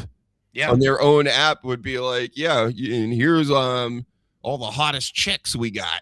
Yeah. Pal. You saw them wrestle. Now see more, pal. Yeah, the women's division wouldn't be on television at all. It would just be exclusively behind a different paywall. Yeah. You'd maybe see the manager being a manager and just get a little taster of them. But yeah, if you wanted to actually see their jelly match, could have been, EFTs. That's right. Get liking and subscribing. We'll have some someday. I don't know. I gotta talk Jess into it, or I gotta find somebody that's willing to do it. We'll get it done though. All right, thanks. I'll do it. Fucking yeah, you got BFTs? Yep, I can. Here's another story. Huge story. We did a whole podcast about this one, Danny. The Roger Jackson situation where he beat up Psycho Stu. Sleeves, give us a rundown. What are your thoughts on that whole thing? I'm sure you've heard the show and what we had to say. And what are your thoughts? Thoughts on him or just how the whole thing played out? And I blame the organization. I have since day one. You know what I mean? They should have precautions for this fucking shit. If something was going on in the parking lot, then the organization should have been like, hey, maybe we should keep this guy the fuck out of here. Even if it was the other guy's fault or whatever the fuck happened. I blame it 100% on the organization. Roger Jackson's, he's a man-child that is a Nepo baby that, thinks he could go around doing shit. But it could have been stopped, It's funny. I knew that story was going to fall off too, and nobody was going to keep up with it. But it's like he did get picked up months later, and then was bailed out. I think immediately. Yeah, by his dad. And I think it's just now court business now, and it probably will be a payout. I'm sure to Psycho Stu at some point we'll hear something about that. But for the most part, it's just slap on the wrist. Rampage hooked you up. He says he's not going to deal with you anymore, but he's your dad. I'm sure he will, and or already has, and the rest is history, right? Yeah. It's got to be settled out of court for an amount, and that's it. It'll happen again because I hate to sound like Cornette, but these fucking indie mud shows that have no security and no clue onto running businesses and shit. This stuff happens all the time. It just happened to be Rampage's kid that did it. Honestly, even I know I'm not trying to get up on my high horse or anything, my Seth Rollins juice or whatever right here, but they're drinking backstage before they're going to get into a ring. And I know this is a thing in wrestling. People get high and drunk and whatnot, whatever. I'm not putting my body on the line for somebody else who's fucked up in any type of way. Any type of way. Like, no. no. You do it after. Right. But before we're about to go in there and you're like going to spike me on my neck or something, I'm going to watch you drink. Go fuck yourself. Well, to this day, I think Cena was on. I ended up listening to Cody Rhodes' podcast with him on. And they say it's still a thing. Like after matches and shit, they'll go back and have a couple of beers or whatever. But they're not going out there after they're drinking. It's they come back, they're taking the shit off, have a beer or two, whatever. But yeah, if you're sitting there getting all fucked up before a show, I'm not trusting you. And the organization again should have been like, hey, we can't be doing this. Rikishi.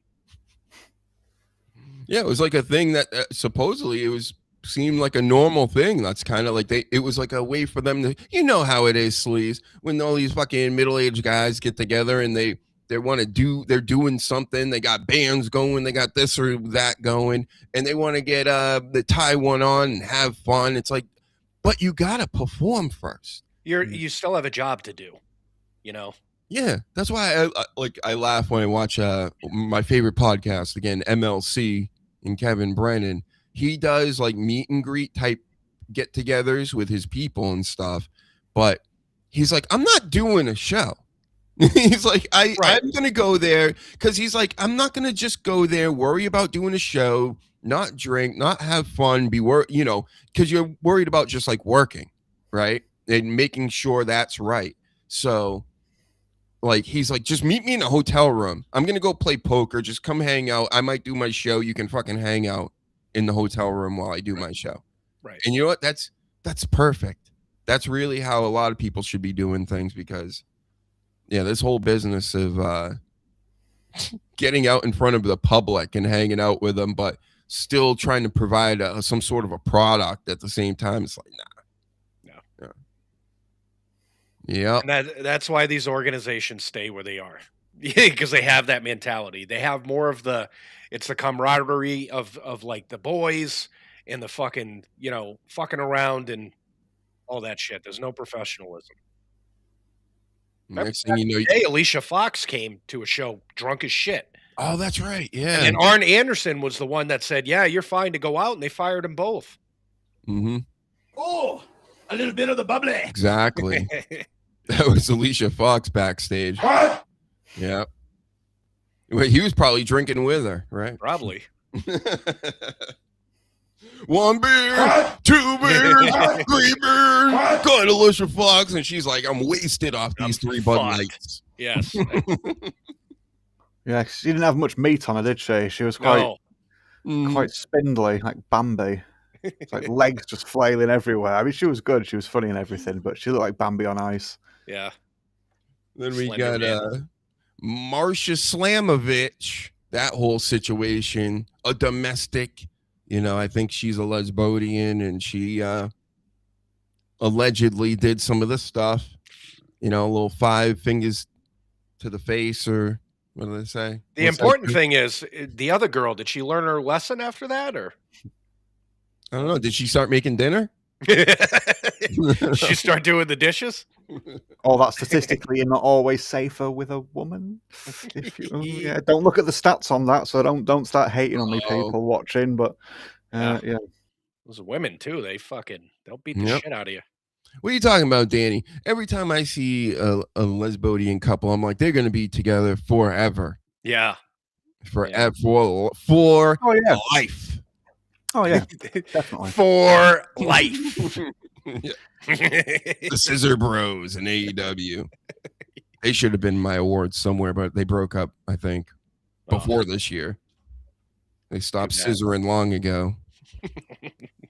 And how about the lady? Did you guys see the Instagram video? It's been out there where this indie event had a bad guy wrestler fighting with a chubby chick in the crowd. She starts like throwing water at him or doing something. He like spit at her. She comes over the gate, chases him backstage like through the curtain there, and then you just see her get chucked back into the arena, like their little arena there.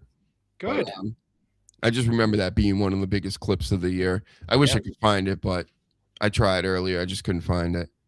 But that was something. Go check it out if you haven't. One of my favorite moments of the year in wrestling. One of my favorite moments of all time is anyone getting hemmed the fuck up from jumping into the friggin' area you're not supposed to be in.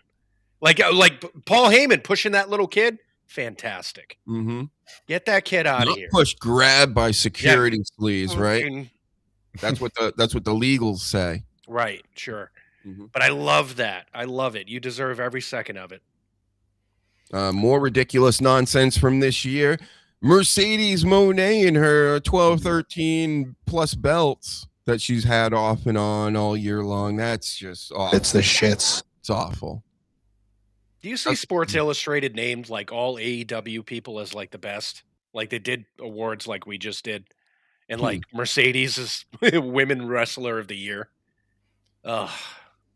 It doesn't Painful. interest me. It No, just, it's that's horrible. not something that pulls me in. Like, you got to watch this. This chick has all these belts. Like, and I know she's Sasha Banks, and I know she can go. She's good in the ring, but it's not like She doesn't draw money. She never has, really. It's the people she's against that drew money in WWE. And now with all the 50 belts that she has, nobody gives a shit. Even their own fans are making fun of it. Like, it's bad. Mm-hmm. Like with a lot of people, though, and just like the history of AEW now, they've proven that they've made WWE look good because WWE can like cover up people's faults and they can amplify people's positive sort of traits. And when someone has a lot more negative than they do positive, and they go to AEW, they don't know how to sort of like present themselves. And Tony's not going to fucking do anything useful. No. So just all the negative stuff that they haven't been able to do before because WWE held them back when they were doing it a lot of the time for a reason. They just look shit. Moxley's the same. I've said that from day one. Moxley really needs someone to be like, actually, John, that's a stupid fucking idea. Don't do that. But he doesn't. Everyone's like, you're great, steam on. And then he just does all this stupid shit. And it's the same for a lot of them, whether they're a big star in an AEW sort of size or just like if it's Marco Stunt or whatever. There's no one really there to sort of like give proper advice that people are going to listen to, sadly. Over the course of this year, the only thing I've heard, like pushback wise against Tony Khan, has been MVP and the Hurt Syndicate. Like MVP just came out and said, like, they've come to us with ideas and we've said, no, it makes no sense. Like, you're not going to have Speedball Mike Bailey beat the shit out of fucking Bobby Lashley. Like, they want stupid shit like that where they're one of the very, very few, because I haven't heard anybody else say this shit. Well, Britt Baker was another one too. And she's been on the bench for like a year. That have actually pushed back and said, these are fucking bad ideas. Another one, Keith Lee's been brought up lately. Apparently, I didn't even know he was still in the game. He's in AEW, and he hasn't done. He's like, I'm just sitting here. Yeah. Yeah. Okay. Another one-trick pony. His matches in NXT, what you would see with him, and what was the guy? The big guy. He's changed his name now. Dominic Dijakovic. What was his? Dijak. Dijak, yeah, that's what he's Dominic. He's just Dijak now. The matches between Lee and Dijak were really good, but after that, just Lee exposed himself because that's all he could fucking do, and it's just like, oh yeah, look, the big guy doing the moonsault or whatever, or the backflip, and it's like, what else can you do? And it's like, that's it. I just do this match all the fucking time, and again in AEW, they couldn't hide any of the shit that sort of like kept seeping out, and it showed that he would have been better off staying in WWE and having Adam Cole manage him. There's so many. There's been so many releases where people are up in arms, and why did this happen? Karrion Kross and fucking all this shit this year, especially, where I can make sense out of all the releases to you, because a lot of it is like I believe that Karrion Kross, they would go to him with an idea and he'd be like, yeah, whatever, it's not as good as mine. And you're only going to put up with that for so fucking long. You know what I mean? And a lot of people that have left WWE to go to AEW especially are those types of people that you had a hard time working with them. You know what I mean? Or they just weren't that talented. Keith Lee, he was never a big thing to me at all. I'm just like, okay, big guy that does minuscule things. It's just, they all make sense. Yeah, the WWE, they do love people that are just like, sure, I'll do whatever you want me to do, I'll do. Oh yeah, you want me to stand on my head and I'm Mr. Stand on my head guy? Sure, I'll do that. You know, it's like, well, you know. Well, Tony can tell you every other week that he does the booking, but he doesn't. You know what I mean? Like these guys come to him like Jack Perry with the stupid thing that made CM Punk fucking pissed off, and all these other things, and he goes, "Yeah, great idea," because I did great. I don't know how to fucking tell you no. That's why you see all this stupid shit.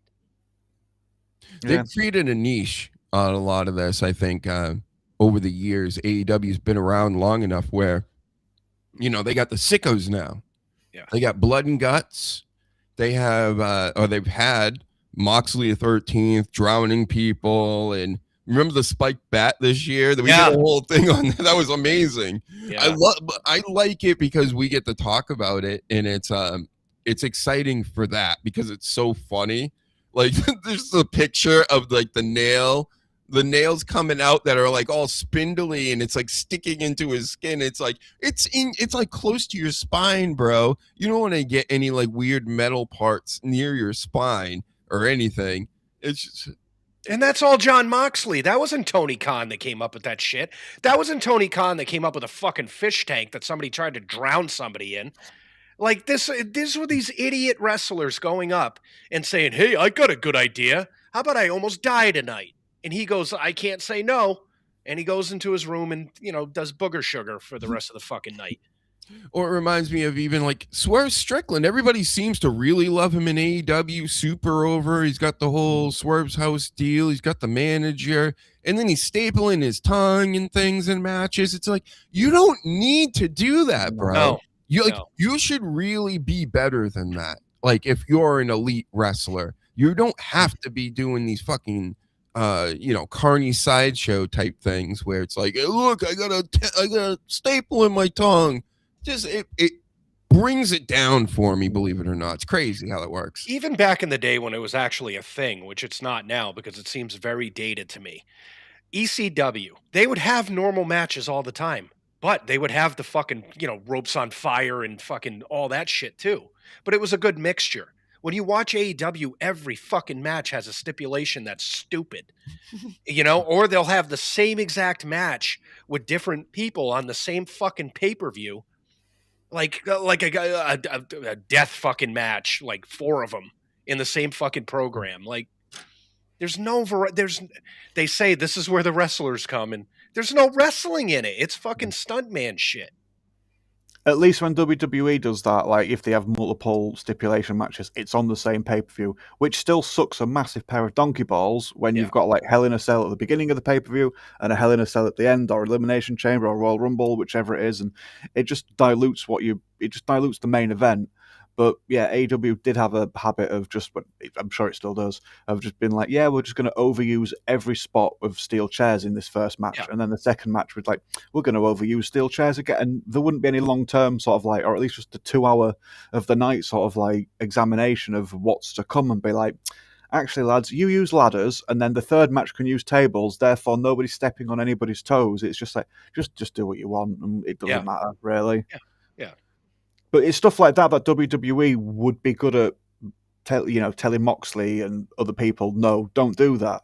Mm-hmm. But that's not me defending WWE blindly, because there'll be things like Austin Theory with Vince McMahon's egg, my egg, Austin Theory's egg, and all that. It's just the WWE do give people some stupid shit, but in general, they are quite good at seeing what people are good at and what they're bad at. Excuse me, and sort of like helping them mask or amplify what they need to. And then you got the comedy stuff, because it's not all gore at AEW. They got the goofy ass comedy stuff too, which just doesn't land for me. It's not funny. It's not funny. It's that indie wrestling shit. Joey Ryan, you're flipping, you're grabbing my dick, right? And invisible grenades, and I'm wrestling little girls and blow-up dolls, right? Anything can be wrestling. No, it can't. No. It stinks. It's fucking stupid. So now we got the timeless Tony Storm out here teaming up with Orange Cassidy to just create the most cringe that there can be. I just saw a clip of it today. I think they were in a match together this pay-per-view you speak of, Sleaze, that nobody knows. Like Nobody knew. Yeah. It's and now you got the pockets, and I think that Maria Shafir chick was doing the thing and really kicking his shins hard, and it's like everybody's getting involved in those. That's cool. Like with, believe it or not, Timeless Tony Storm, Orange Cassidy. If we're at this point, especially with Timeless, she was hot for a minute and it was cool. I think that type of thing can't last long term. That's the Alpha Babes. That's Otis and Maxine and Tozawa. You know, like that should be on a lower card, but they boost them up. Oh, Orange Cassidy for years has been main eventing AEW. That's kind of why I don't watch it, because it's like that's what you consider the best. Either he opens the show or closes the show. No. Not for me. They don't know how to put people in place, because they're okay. So yeah, WWE, we just had a nominee that had a match like that with Cody and fucking Kevin Owens. It was a train wreck of a fucking match because it had ladders and all this shit. There is a place for it. But like you said, they're doing the comedy shit with the main people, the people that should be doing all the blood and guts and all that shit, like Darby Allin, Jack Perry. All the smaller mid-card guys should be doing that shit. Not John Moxley, not fucking Edge, not the big people doing this fucking dumb shit, because they don't have to. They're supposedly stars. You know what I mean? Back when John Moxley showed up on AEW, I'm like, all right, big fucking deal. He's the biggest star they got right now. And now he's like doing fucking chain matches, where people get choked the fuck out and stabbed in the forehead. Stupid. Well, he won the Continental Classic. That's when he's turned face now with the Continental title. Right. That was actually part of another belt, and now it's separated. So now the other belt is another belt, and What? Right. He had that exploding ring match. Don't forget that. Oh, yeah. That beauty. Right. It angers me. It doesn't even make me want to make fun of it. It just angers me how bad this fucking programming is. I haven't watched it since WrestleMania. It does not stress me out anymore whatsoever. Seriously, it's so funny. By the month this year, it has gotten progressively worse and worse and worse. And even some of their fans are coming out and being like, what the fuck did I just watch? And they're ignoring it, going, no, this is great. This is what everybody wants, as all of our numbers are in the fucking toilet. As long as it's not Vince, it's people with that mentality of as long as it's not Vince / as long as it's not Triple H / WWE now. But initially with AEW, it was just as long as it's not Vince, I will fucking eat whatever. Yeah. In this day and age, you know, there are people like that. Vince is one of them. It's a smaller version of this. Vince has that type of heat one way or another. And then some of the people that may not even like Vince that much, it makes them stick up for him, and because they're like, no, what's going on now isn't good, right? What are you doing? So I don't care about all that other stuff, but whatever. It's mind numbing because I always like competition. I love when WCW was going head to head with them, when ECW came up. Even back in the day when, the territory days where everybody was gunning for everybody else, it made it exciting. And now it's not, because the only competitor you have is a fucking clown, and it's he won't be stopped because he's a billionaire. So we have to put up with this. At least when WCW started getting bad, they stopped, Ran out of money. Yeah. AOL's like, fuck this shit. This fucker's going to be around forever, and it sucks. Yep. I don't know how TNA did it. They managed to stick around for this long to the point where they're 20 years in, plus years in, and then they partner up with WWE, and they're basically WWE now. Yeah. So it's wow, they're really they've been around for over 20 years. What? That run in the noughties was fucking brilliant. It really was, and it's such a shame Hogan and Bischoff sort of shat on that, and Dixie Carter. But yeah, in the 2000s, yeah. I think it was from 2002 until maybe 2009. I'm trying to. Yeah, Don't remember the dates exactly, but yeah, it was really hot, and people sort of like got a lot out of it then. So fans of that era will keep dipping into TNA every now and again just to see how it's doing, and they obviously got enough goodwill from people. They've just managed to keep the lights on. but if they didn't bring in the Bischoffs and all the WCW rejects, and just stayed the course, they could have been a competitor. You know, like for a short amount of time, like during that time, Danny said they were hot, and you were like, holy shit, you had people that were switching to CTNA. You know, you had AJ and you had fucking Kurt Angle and Bully Ray and all that shit. And it's just, Perk. But you know what I mean? And then it's just, then they just handed the keys over. Yeah, and they had the younger guys too, Samoa Joe, AJ Styles, Chris Daniels, Pete Williams. Yep.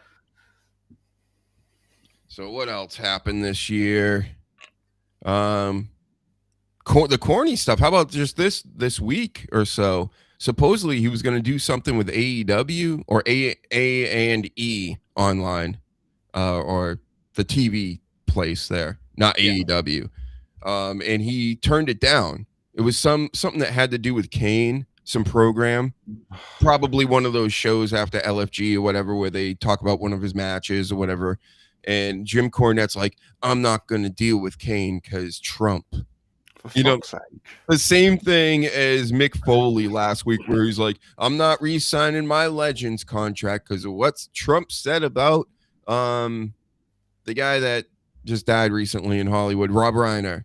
Yep. Mm-hmm. So Trump, you're ruining our wrestling. No Mick Foley, no Jim Cornette on these random shows that we might see. It's all your fault. Cheater. I'm not saying anything politically on either side, but Mick Foley's a dick. Like he's basically saying fuck you to the company that made him a millionaire. You know what I mean? And pretty much a household name. So you're turning your back on that because maybe somebody in the office is a Trump supporter and Trump said something stupid. Like, fuck off. Yep. And you know Corny, of course, he's crazy with the politics. He's very hardcore left. This is my world. Everything else sucks and it's stupid, and you're an idiot for thinking anything else other than blue team. Got it. Yeah. But he hasn't looked outside for like 30 years or something and seen the field changed. Never mind. Yeah, that's a shame that he's still doing that, because I've said before to you guys, that's why I stopped listening. And me and the missus used to listen to both his shows all the fucking time each week. I listened to it when he first started with Alice, and I was driving for a living. I was getting up at like 3-4 in the morning and just needing stuff to listen to while I was driving a van. So yeah, it is a shame. But if he's still doing that shit and he can't just fucking talk about one of Kane's matches, not even like, oh, can you just tell us what you think about Kane, I don't know, becoming the mayor again? It's not that. It's just like, could you just do some commentary over this match? It's just fucking childish. TDS. Yep. Yeah. Like, get over it, bro. I got beliefs. Doc has beliefs. Danny has beliefs. Jess even has beliefs. And it's not going to stop us from doing the show if we don't agree. You know, like, that's childish to me. For Mick Foley to come out and be like, well, I'm just going to sever all ties to a company that just, pretty much bought the house that I'm fucking saying this in. Like, you're a child at that point. It's because we can disagree with things and we can talk about what we believe, and put points across, whereas they can't. They don't made arguments. They've just memorized arguments. So if you were to challenge Cornette, it just explodes and just starts motherfuckering, and Foley then just sort of like gets upset as well and just start calling you names. Yeah. And then Foley just sort of like will just go inwards and start thinking about his Christmas wing at home and just be like, oh, I wish I was sat in my Christmas wing where I pretend it's Christmas all year round because I've had that many fucking hits to the head. The only sort of like solid, stable memory I have that I enjoy is Christmas time, and that is very sad. And I say that not just taking the piss, but that is very sad that is what he seems to fucking live in at the moment. But then when he comes around and just like Sleaze just said, disrespects and just says, oh, I don't want to fucking do anything for the people that sort of like give me all this money, because he wasn't one of the biggest, best wrestlers. he did the things that other people didn't want to do in a lot of instances, which is fall off the big thing. And most people will be like, I ain't fucking doing that. I'd rather wrestle a 20-minute match than just get paid for jumping off a thing. And I liked Foley in the ring. I did, but it just nowadays, it's fucking insufferable. Yeah. It's a sad thing. It really is. And stupid and childish. Yep. So hopefully that dies off next year, right? Nobody will be political anymore next year. We'll work on that, everybody, right? Yeah. We'll all find grey areas and nuance, and we'll all learn to start accepting people from other political parties into our lives again. Right. I always go to this, like Tom Cruise is a perfect example. Mama Sleaze fucking hates him. Hates him because he's Tom Cruise and he's a Scientologist and everything that goes into his personal life. I don't give a shit. I love Tom Cruise's movies. I like Maverick. I like fucking all that shit. I don't give a fuck what he does as long as he makes it so I enjoy a movie. I don't care. Yep. Trent Reznor from Nine Inch Nails is meant to be an absolute prick to work with. But if you think you're taking my copy of The Fragile off me, you have another thing coming. I will just, sometimes you can detach like the artist from the art, and you can still enjoy some things. Hey, I still like Shawn Michaels matches, even though he blocks me on Prime Twitter. example. How dare you? Yep. So we got a few other things that happened this year. Everybody was outraged by a quick one. Jacob Fatu, remember his rap album? Everybody was all upset. He's using the N-word in a rap music. Why? Oh, what? How dare you? I thought that was used in country music. Yep. So that happened. Here's a big one, though. The under simp. Oh, God. How dare you under simp? Rest in peace.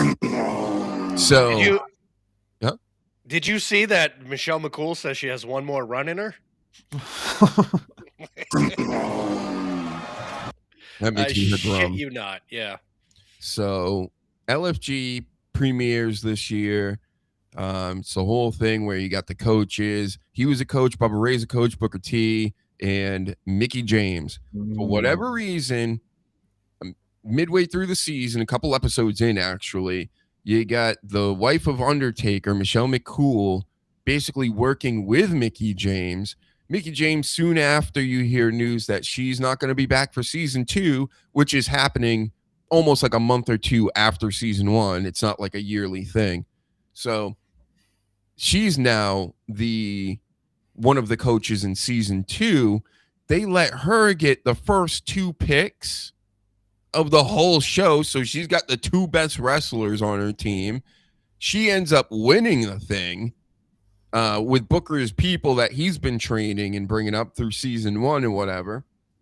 Then Undertaker, this whole time, who was the winner of season 1, of course, he has a podcast with a good friend of his, kicks his friend off the podcast, who started the podcast, then brings his wife on in his place, and then goes to the WWE network and sells it to them, basically, and is doing the show now without the guy that actually started the show. So the undersimp, whatever you're doing with this Michelle McCool this year, this is the year of the undersimp. Get out of here. No, the best one is they put her into the Hall of Fame and tried to promote her as like this revolutionary fucking woman wrestler. She didn't go in this year, though, right? Was it this year? No, I think it was recently, but it might have been a couple years ago. Oh, she sucks. But yeah. She's no Mickey James. That's all I'll say. No, not even close. It's just an unbelievable year for this Undertaker. How he's just messed everything up for like the way I looked at you. I looked at you as a dead man growing up. Then I looked at you as the American badass, and now I look at you as a guy that's just trying to keep his wife happy. And what are you gonna do? Write another tattoo? Write her name on your neck? Why don't you? Yeah, Sarah. How's Sarah doing, Undertaker? Yeah. Right, she didn't pass away, right? Michelle McCool bathes in her blood. Wow. Yeah. I was surprised too when I found out. baby beating to bathing in blood now. I hope that if Michelle McCool has one more run, it's with Asuka. And Asuka just eats the bag out of her every time they meet. Man. No, she would start coaching her. Oh, Nia Jax and Jade Cargill. They're the only two opponents she's allowed. She's going to get dropped eventually. Really fucking hard. Asuka would give her a potato just intentionally, obviously, but you don't know where it's coming from with the other two. Yeah. And spit in her face. She loves spitting in people's faces, so. There you go, Michelle McCool. Yeah, not so cool. You're not so cool now. You lukewarm. Sorry. Michelle lukewarm.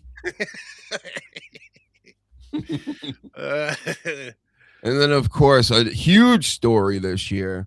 The brother himself passed away. The story's gone away. Bubba the Love Sponge putting a lot of news out there. Ric Flair came out at one point, said it was street drugs, brother. And then people are like, shh.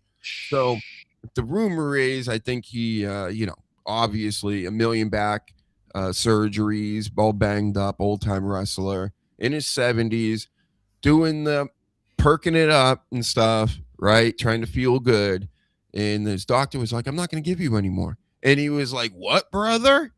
And then supposedly, allegedly, Bubba the Love Sponge was thinking and saying that it was his son, Nick, who is training to be a wrestler as we speak, I believe. And he's saying Nick went out there to get him the street drugs. And that's how Ric Flair knows. Everybody else kind of assumes what happened. And that caused the initial problems with the Hulkster, and then the malpractice stuff that we haven't heard anything about. His daughter was like gonna, the drama with the daughter and her wanting to know more and all this stuff. It was a crazy time.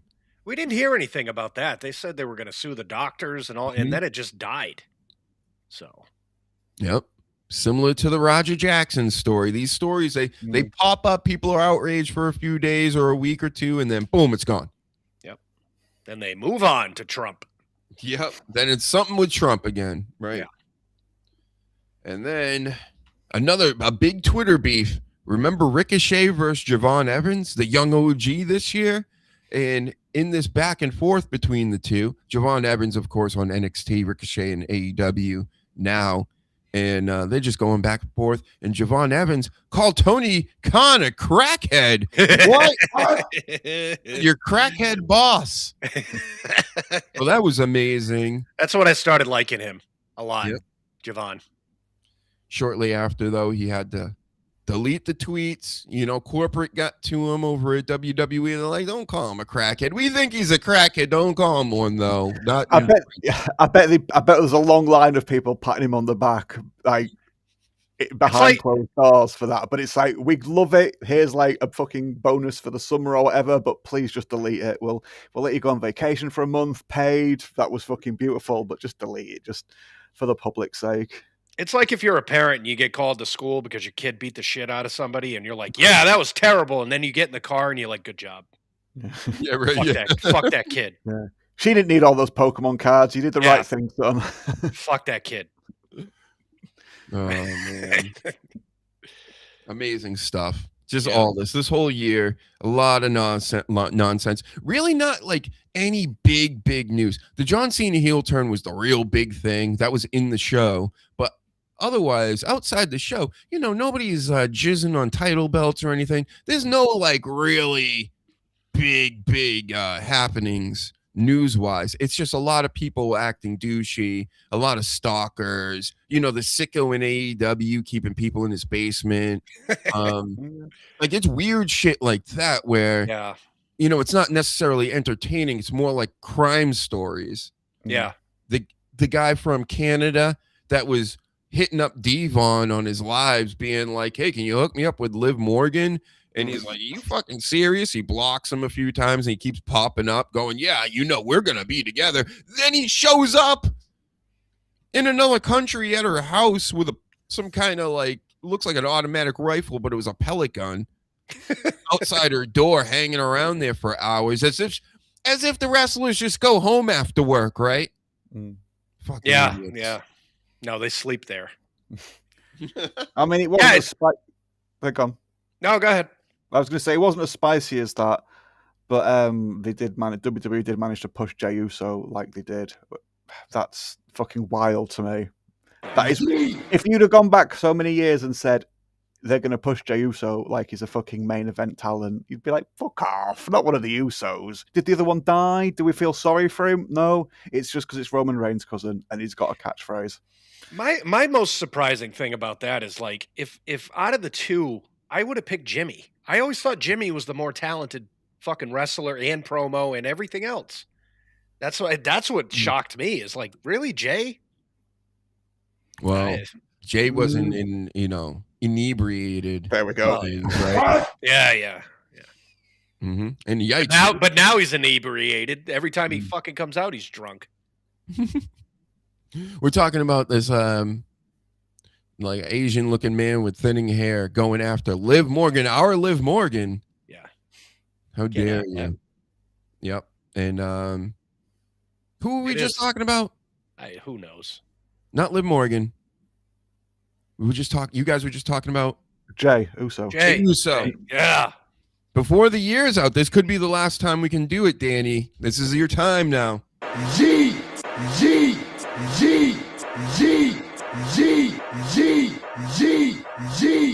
Anytime now. I can still just hear a J and not a Y. So no. Keep doing it. Keep doing it. Keep doing it. Not allowed to slur. I didn't say it. He says it.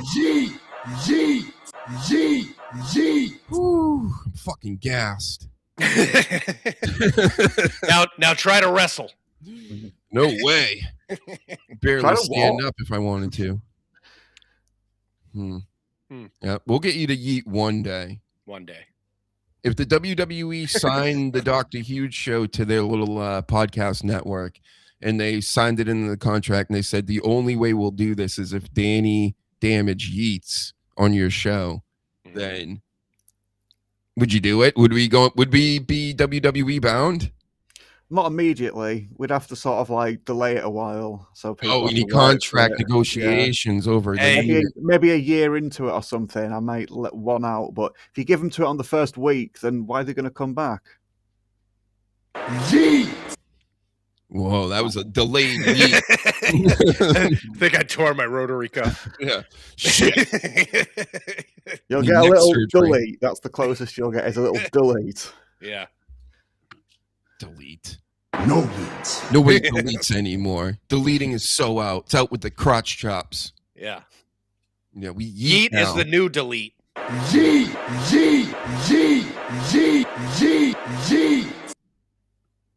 Pretty much, you just do the hand the other way instead of that way. It's the same shit.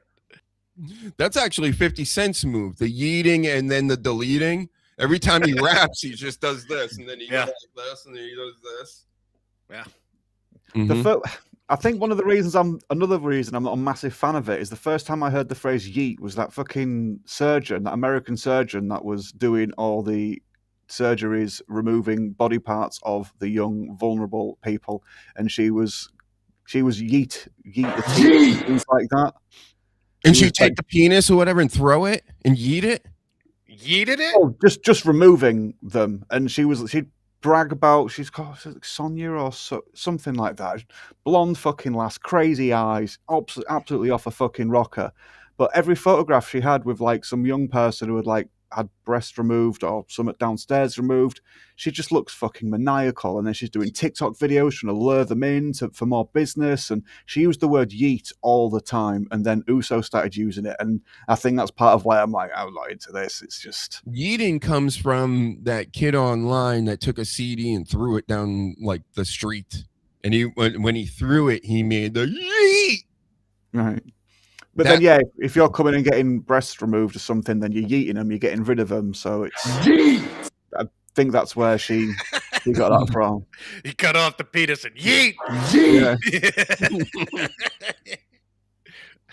Well, when you put it like that, Danny, it's not as fun. Yeah, I don't wanna like eat penises and boobs. I don't want to eat anymore now. Mm-hmm. I'm I'll sick eat of like this. Yeah, it's just hopefully because different administration now. Hopefully, like she's had a bloody license smacked in the face or something. But yeah, she was just putting videos out on like TikTok and Facebook or wherever else, but the young people were. And she even put like a picture of her like pretending to cry, saying, "This is how I feel when I don't get to eat any teats this week," or something. No, wait, like she stole that from Jey Uso too. Fuck. She stole that from Jey Uso. Pretends to cry all the time. No, I think it's the other way around. This was like pre-Uso push, so he stole the whole gimmick. Wow, you heard it here first. Butcher. Wow. Maybe this goes hand in hand with It very well could do. Mm-hmm. Wow. My mind is blown. That's code for people that watch the show. You know, if you know, you know. Sounds like that would almost ruin wrestling. It would. That would ruin wrestling, John. John Cena, recognize. Yeah, that's right. We will recognize you even after you went out like a punk ass bitch. Punk ass bitch. Just like that. Even Gunther said he went out like a little bitch. Wow. And Taps like a little bitch. They even have T-shirts now. Says I tapped like a little bitch. Like a ... Like a ... That's not good. Well, it's WWE putting it out. That's true. This is the shirt everybody needs. I'm going to pick up all the chicks in this one. You are. Same. It's different on the back. I got the symbol on the back. Oh, my God. Oh, my God. Yep. All the chicks. Can't wait. All the chicks in elevators. You thought it was just the LA Knight shirt. Now I got two of these. And the Yeet shirt, Danny. Come on. Yeet. Yep. I'm only going ridiculous wrestling t-shirts from now on. No more of these. No, just look the black one with the picture on it. Sure, I'll have a bunch of them because I've gotten a ton of them. But from now on, these are the shirts, brah. Well, I'd like to update you on something as well, because I got a bunch of, let's say, show-appropriate shirts as well for Christmas that I will be premiering on next week's episode. Wow. I forgot I almost didn't bring this out, too. I have a Hacksaw Jim Duggan 2x4. He actually sells the 2x4s, everybody. Yeah, he does. Yeah, of course he does. He gets like a couple of dollars each. Buy fucking loads, sign them, and just make a killing. And fair play to him. Fuck yeah. Fair play to Jim Duggan. Yep. So this when I go to the clubs and things now, sleeves, I go, ho! And they come a running. Bonk them over the head.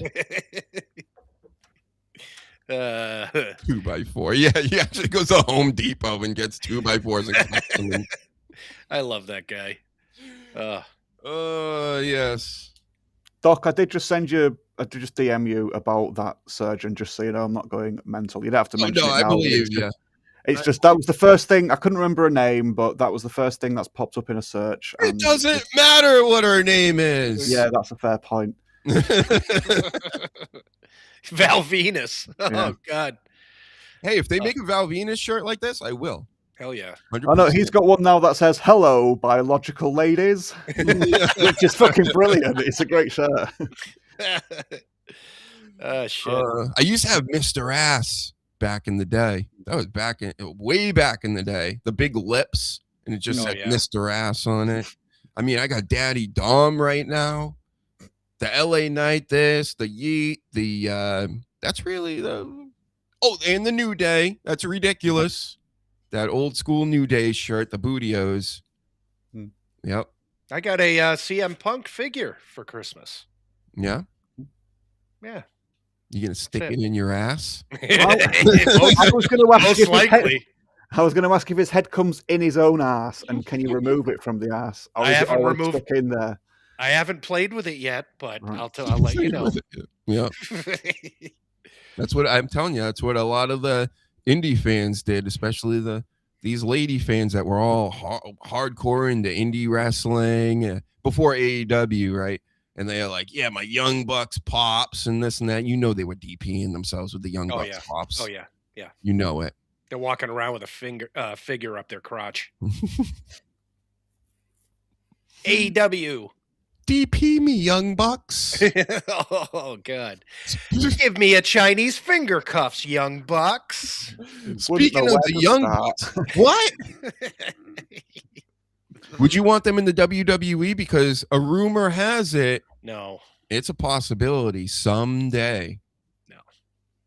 No, not for you, Danny, either. You don't want no Young Bucks in there with Cody and Jericho? If they're just jobbers, go for it. That's all they fucking deserve. Matt Jackson's got a really punchable face. You can't teach that. So, make use of that. But no, just have them squashed by everybody. If they brought them in, I would want them to capitalize on the fact that they're corny as fuck. Like I want that to be their character. That they are corny as fuck, they're not funny, and really go with it. That's the only way you could do it. You can't take them seriously. Yep. They suck. So corny, you find them in your shit a week later. Right. Yes. Feces. Yes. They want to be putting the B team over. That's what they want to do. Yeah. Bo Dallas and Curtis Axel. Yeah. Yes. That's where I see the Young Bucks. It's like beneath fucking Dallas and Axel. Yep. They would come over to put Rybaxel over. Yeah. Rybaxel, the worst fucking name ever. Yeah. Yikes. But not a bad little mid-card team of just like two thugs, which I didn't really like Ryback massively, especially by the end of it once, we gave him a chance. But him and Curtis Axel together in a little team, I didn't mind that. It's like, they're just grunts that like Batman can beat up before fighting a proper villain, that sort of thing. They lost the day creative went, how about Rybaxel? Be like, there's no way. There's just absolutely no way I would let that slide. I would quit before I would leave a creative room where we were going with Rybaxel. But Jerry's show worked. I forgot about that. They can't help shit like that. How much did they put behind Curtis Axel for him to just be terrible?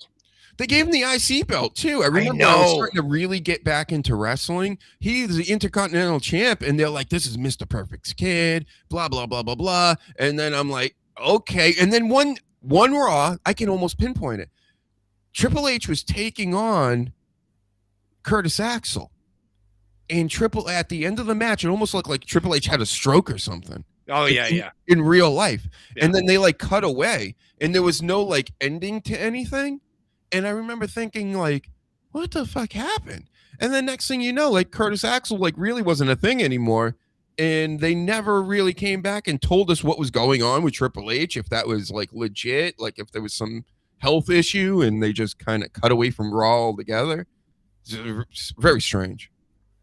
Yeah, I think that was the beginning of the end for Triple H. I think his health was catching up to him because that was a real thing where he like blacked out. He doesn't remember anything.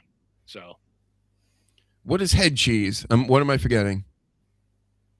Rib Shop mentions head cheese. Al Snow and cheese. The cheese guy. The cheese guy. I don't remember this at all. Now I'm gonna kick myself when you fucking say who it was. Tell us more, Rib Shot. Yeah, Rib Shot. Shout out to Rib Shot. Yeah, no, that's gone past me. But I'm going to kick myself. I should know this. Well, he'll tell us. But they've had some terrible combinations of names over the years. I hate when they do that. I hate when they combine two people's fucking names. It's like one of my pet peeves. Charlexa. No. Then we got Nia Jackson Lash, so it could be Lash Lexa. What? I have no idea. Nia Lash. They try. They do try with a lot of them. We just forget, I think. It's so bad. But Steve Blackman. Why was he the cheese part of the head cheese? That doesn't make any sense. Huh. Yeah, it's weird. I do remember them being a team, though. Yeah. Now I do. Just the same. Al Snow wore ring gear to look like Steve Blackman. Yeah. I don't remember head cheese. That's actually pretty good, just even thinking about it. I don't remember that at all. Yeah. Wow. Head cheese. How about the fights that went down this past week? Did you see any of those sleaze? We had Jake Paul and Anthony Joshua, a real life heavyweight champion, and he got his fucking face taken off. Still fake in my opinion. And then we got Andrew Tate after that taking on that what was his name? I didn't even write it down. D'Amore. Chase D'Amore, who we watched, throw these punches. It was amazing stuff. Yeah, yeah. Yep. They fought. Andrew Tate and what's his name? Jake Paul both got fucked up. So I just saw that, and I kept just watching it over and over with Jake Paul getting his fucking jaw broke, where it looked like it was actually going to come out of his mouth and just fly into the crowd, and that made me so happy. It's still a work. That's how I take it. It's still a work. Oh, He had to get beaten up so he can continue this grift forever. Well, Tyson's coming out now saying that his match with Jake was scripted. He's flat out coming out and saying it now. Jake Paul was supposed to get in with a tank, with that tank kid that was much smaller than Anthony Joshua, but he would have beat the piss out of him too because the cat was out of the bag with that one. And then he stopped that match, got with Anthony Joshua, and let him beat him up. But he went 6 rounds. Oh, good. Right. And Ribshot says he had no personality, so Al Snow gave him a cheese hat, and they were cheese heads. You know what? I kind of do remember that now. My memory's getting bad because I'm almost 50. I wish I still had that. I had to move it for less. We'll applaud you for almost being 50. Almost. Look at that. Still doing it, folks. Yep. Fucking old. So what else do I have here? I mean, we can go over likes. We can do things. We could. You have a time limit here? I got about 15 minutes. All right. How about you, Danny? You got to go soon? No. I just was I'm not 50 yet, but I'm needing to pee a bit more frequently than I used to. So I just couldn't hold it any longer. Sorry. Yeah. So your bladder's almost 50. Yeah. Yeah. Well, I could also save stuff. We did get through the awards, so that was a chunk of the show that we needed to do. Tuesday, I plan on coming back with Tuesday Night Jess, of course. And if anybody has time off during the week, you know where to hit me up. Links will be sent out to whoever needs them. And I'm free all fucking week. Yes. Yeah, maybe we'll do a bunch of shows this week. That's the key around here. We need subscribers. We need you to hit the like button, and it will give me a little motivation to do more shows and things. So I got to book more. 2026 is year of the Dr. Huge Show. We're gonna take over. This is the plan. It's all been mapped out. It's been foretold. It's been written by all the ancients. Mm-hmm. That's what's going to happen. So everybody get on board now, because we're taking this thing to fucking new heights. Fucking heights. Are we the ancients? Are we the ancients? What? Yes, we are. We're the elders now. Except some of these wrestlers are still way older than us. CM Punk's like, what? 50 a year younger than me. That is a year younger. We're not going with that. They look way older than us. They move. You see CM Punk, you don't walk like CM Punk, do you? He walks all bent over like Cena now, too. No. They're all taking shits when they walk. It's the shits. Leaning forward like this. Yeah. World champion. All right. Sure. Fall over. Better get that on. Braun Breaker stands straight still. Right. Yep. Because he's a youngin'. Oh, one quick last story here. I just feel, again, vindicated. Hawk, I saw another video of Hawk from the Road Warriors back in the day, a shoot interview, where he's very confused how HBK can talk to Vince a certain way and treat Vince a certain way and nobody else can. You know, he was very, very confused by this. He was like, could it be? It almost seemed sexual or something. Almost seems like that. Yeah. So I just wanted to point that out too. Many white nationalist old wrestlers, Hawk now, Bret Hart, who else? Just a lot of people saying that what we thought was the case, which is maybe in a boxing ring YouTube TOS, HBK and Vince McMahon might have had a little of this going on. A little bit of this. Oh, yeah. Fuck. Oh, dropping fucking loads. Maybe. Who knows? They were very familiar with each other, we'll just say. When they stepped into each other's personal space, neither one of them seemed uncomfortable. Yeah. They seemed very at home. It almost fits like a glove. It's just funny. Every week I keep seeing more and more old wrestlers going, yeah, from like 20, 30 years. I'm like, how did I not hear about this more? And also, again, I think I was blocked because I brought it up on a show from like 7 years ago. So, yeah, might have touched the nerve there. So there's a lot of touching going on. What? Yeah. All right. Fucking dropping loads. Here we go. Oh, yeah. Fuck. Oh, dropping fucking loads. So mature. All right, everybody. Do your plugs. Where can we find you, Danny? DannyDamage.co.uk and on Twitter @BluntDamage. Join me as I am about to watch the last episode of this season of One Punch Man and cry because it's been fucking terrible. Sleaze.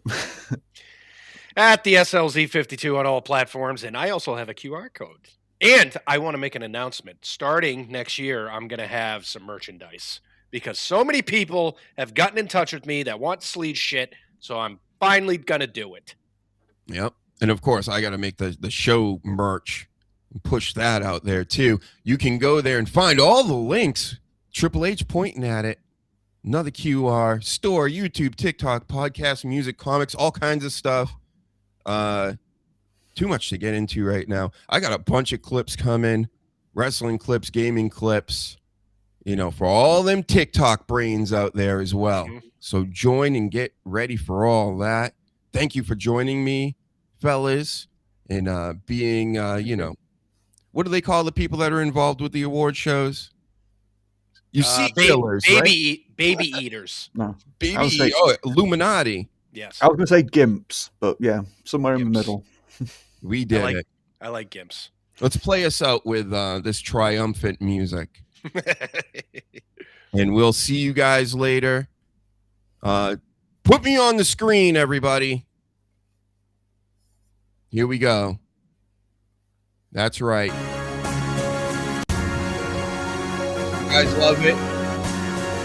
2025. Gotta do this wave. And are over. Many winners, many losers, more losers than winners. I think that goes for all these shows. Thank you for watching, and we'll see you on Tuesday. Follow, like, subscribe. So prestigious. Dr. Huge Show. Thank you for watching. Have a great night.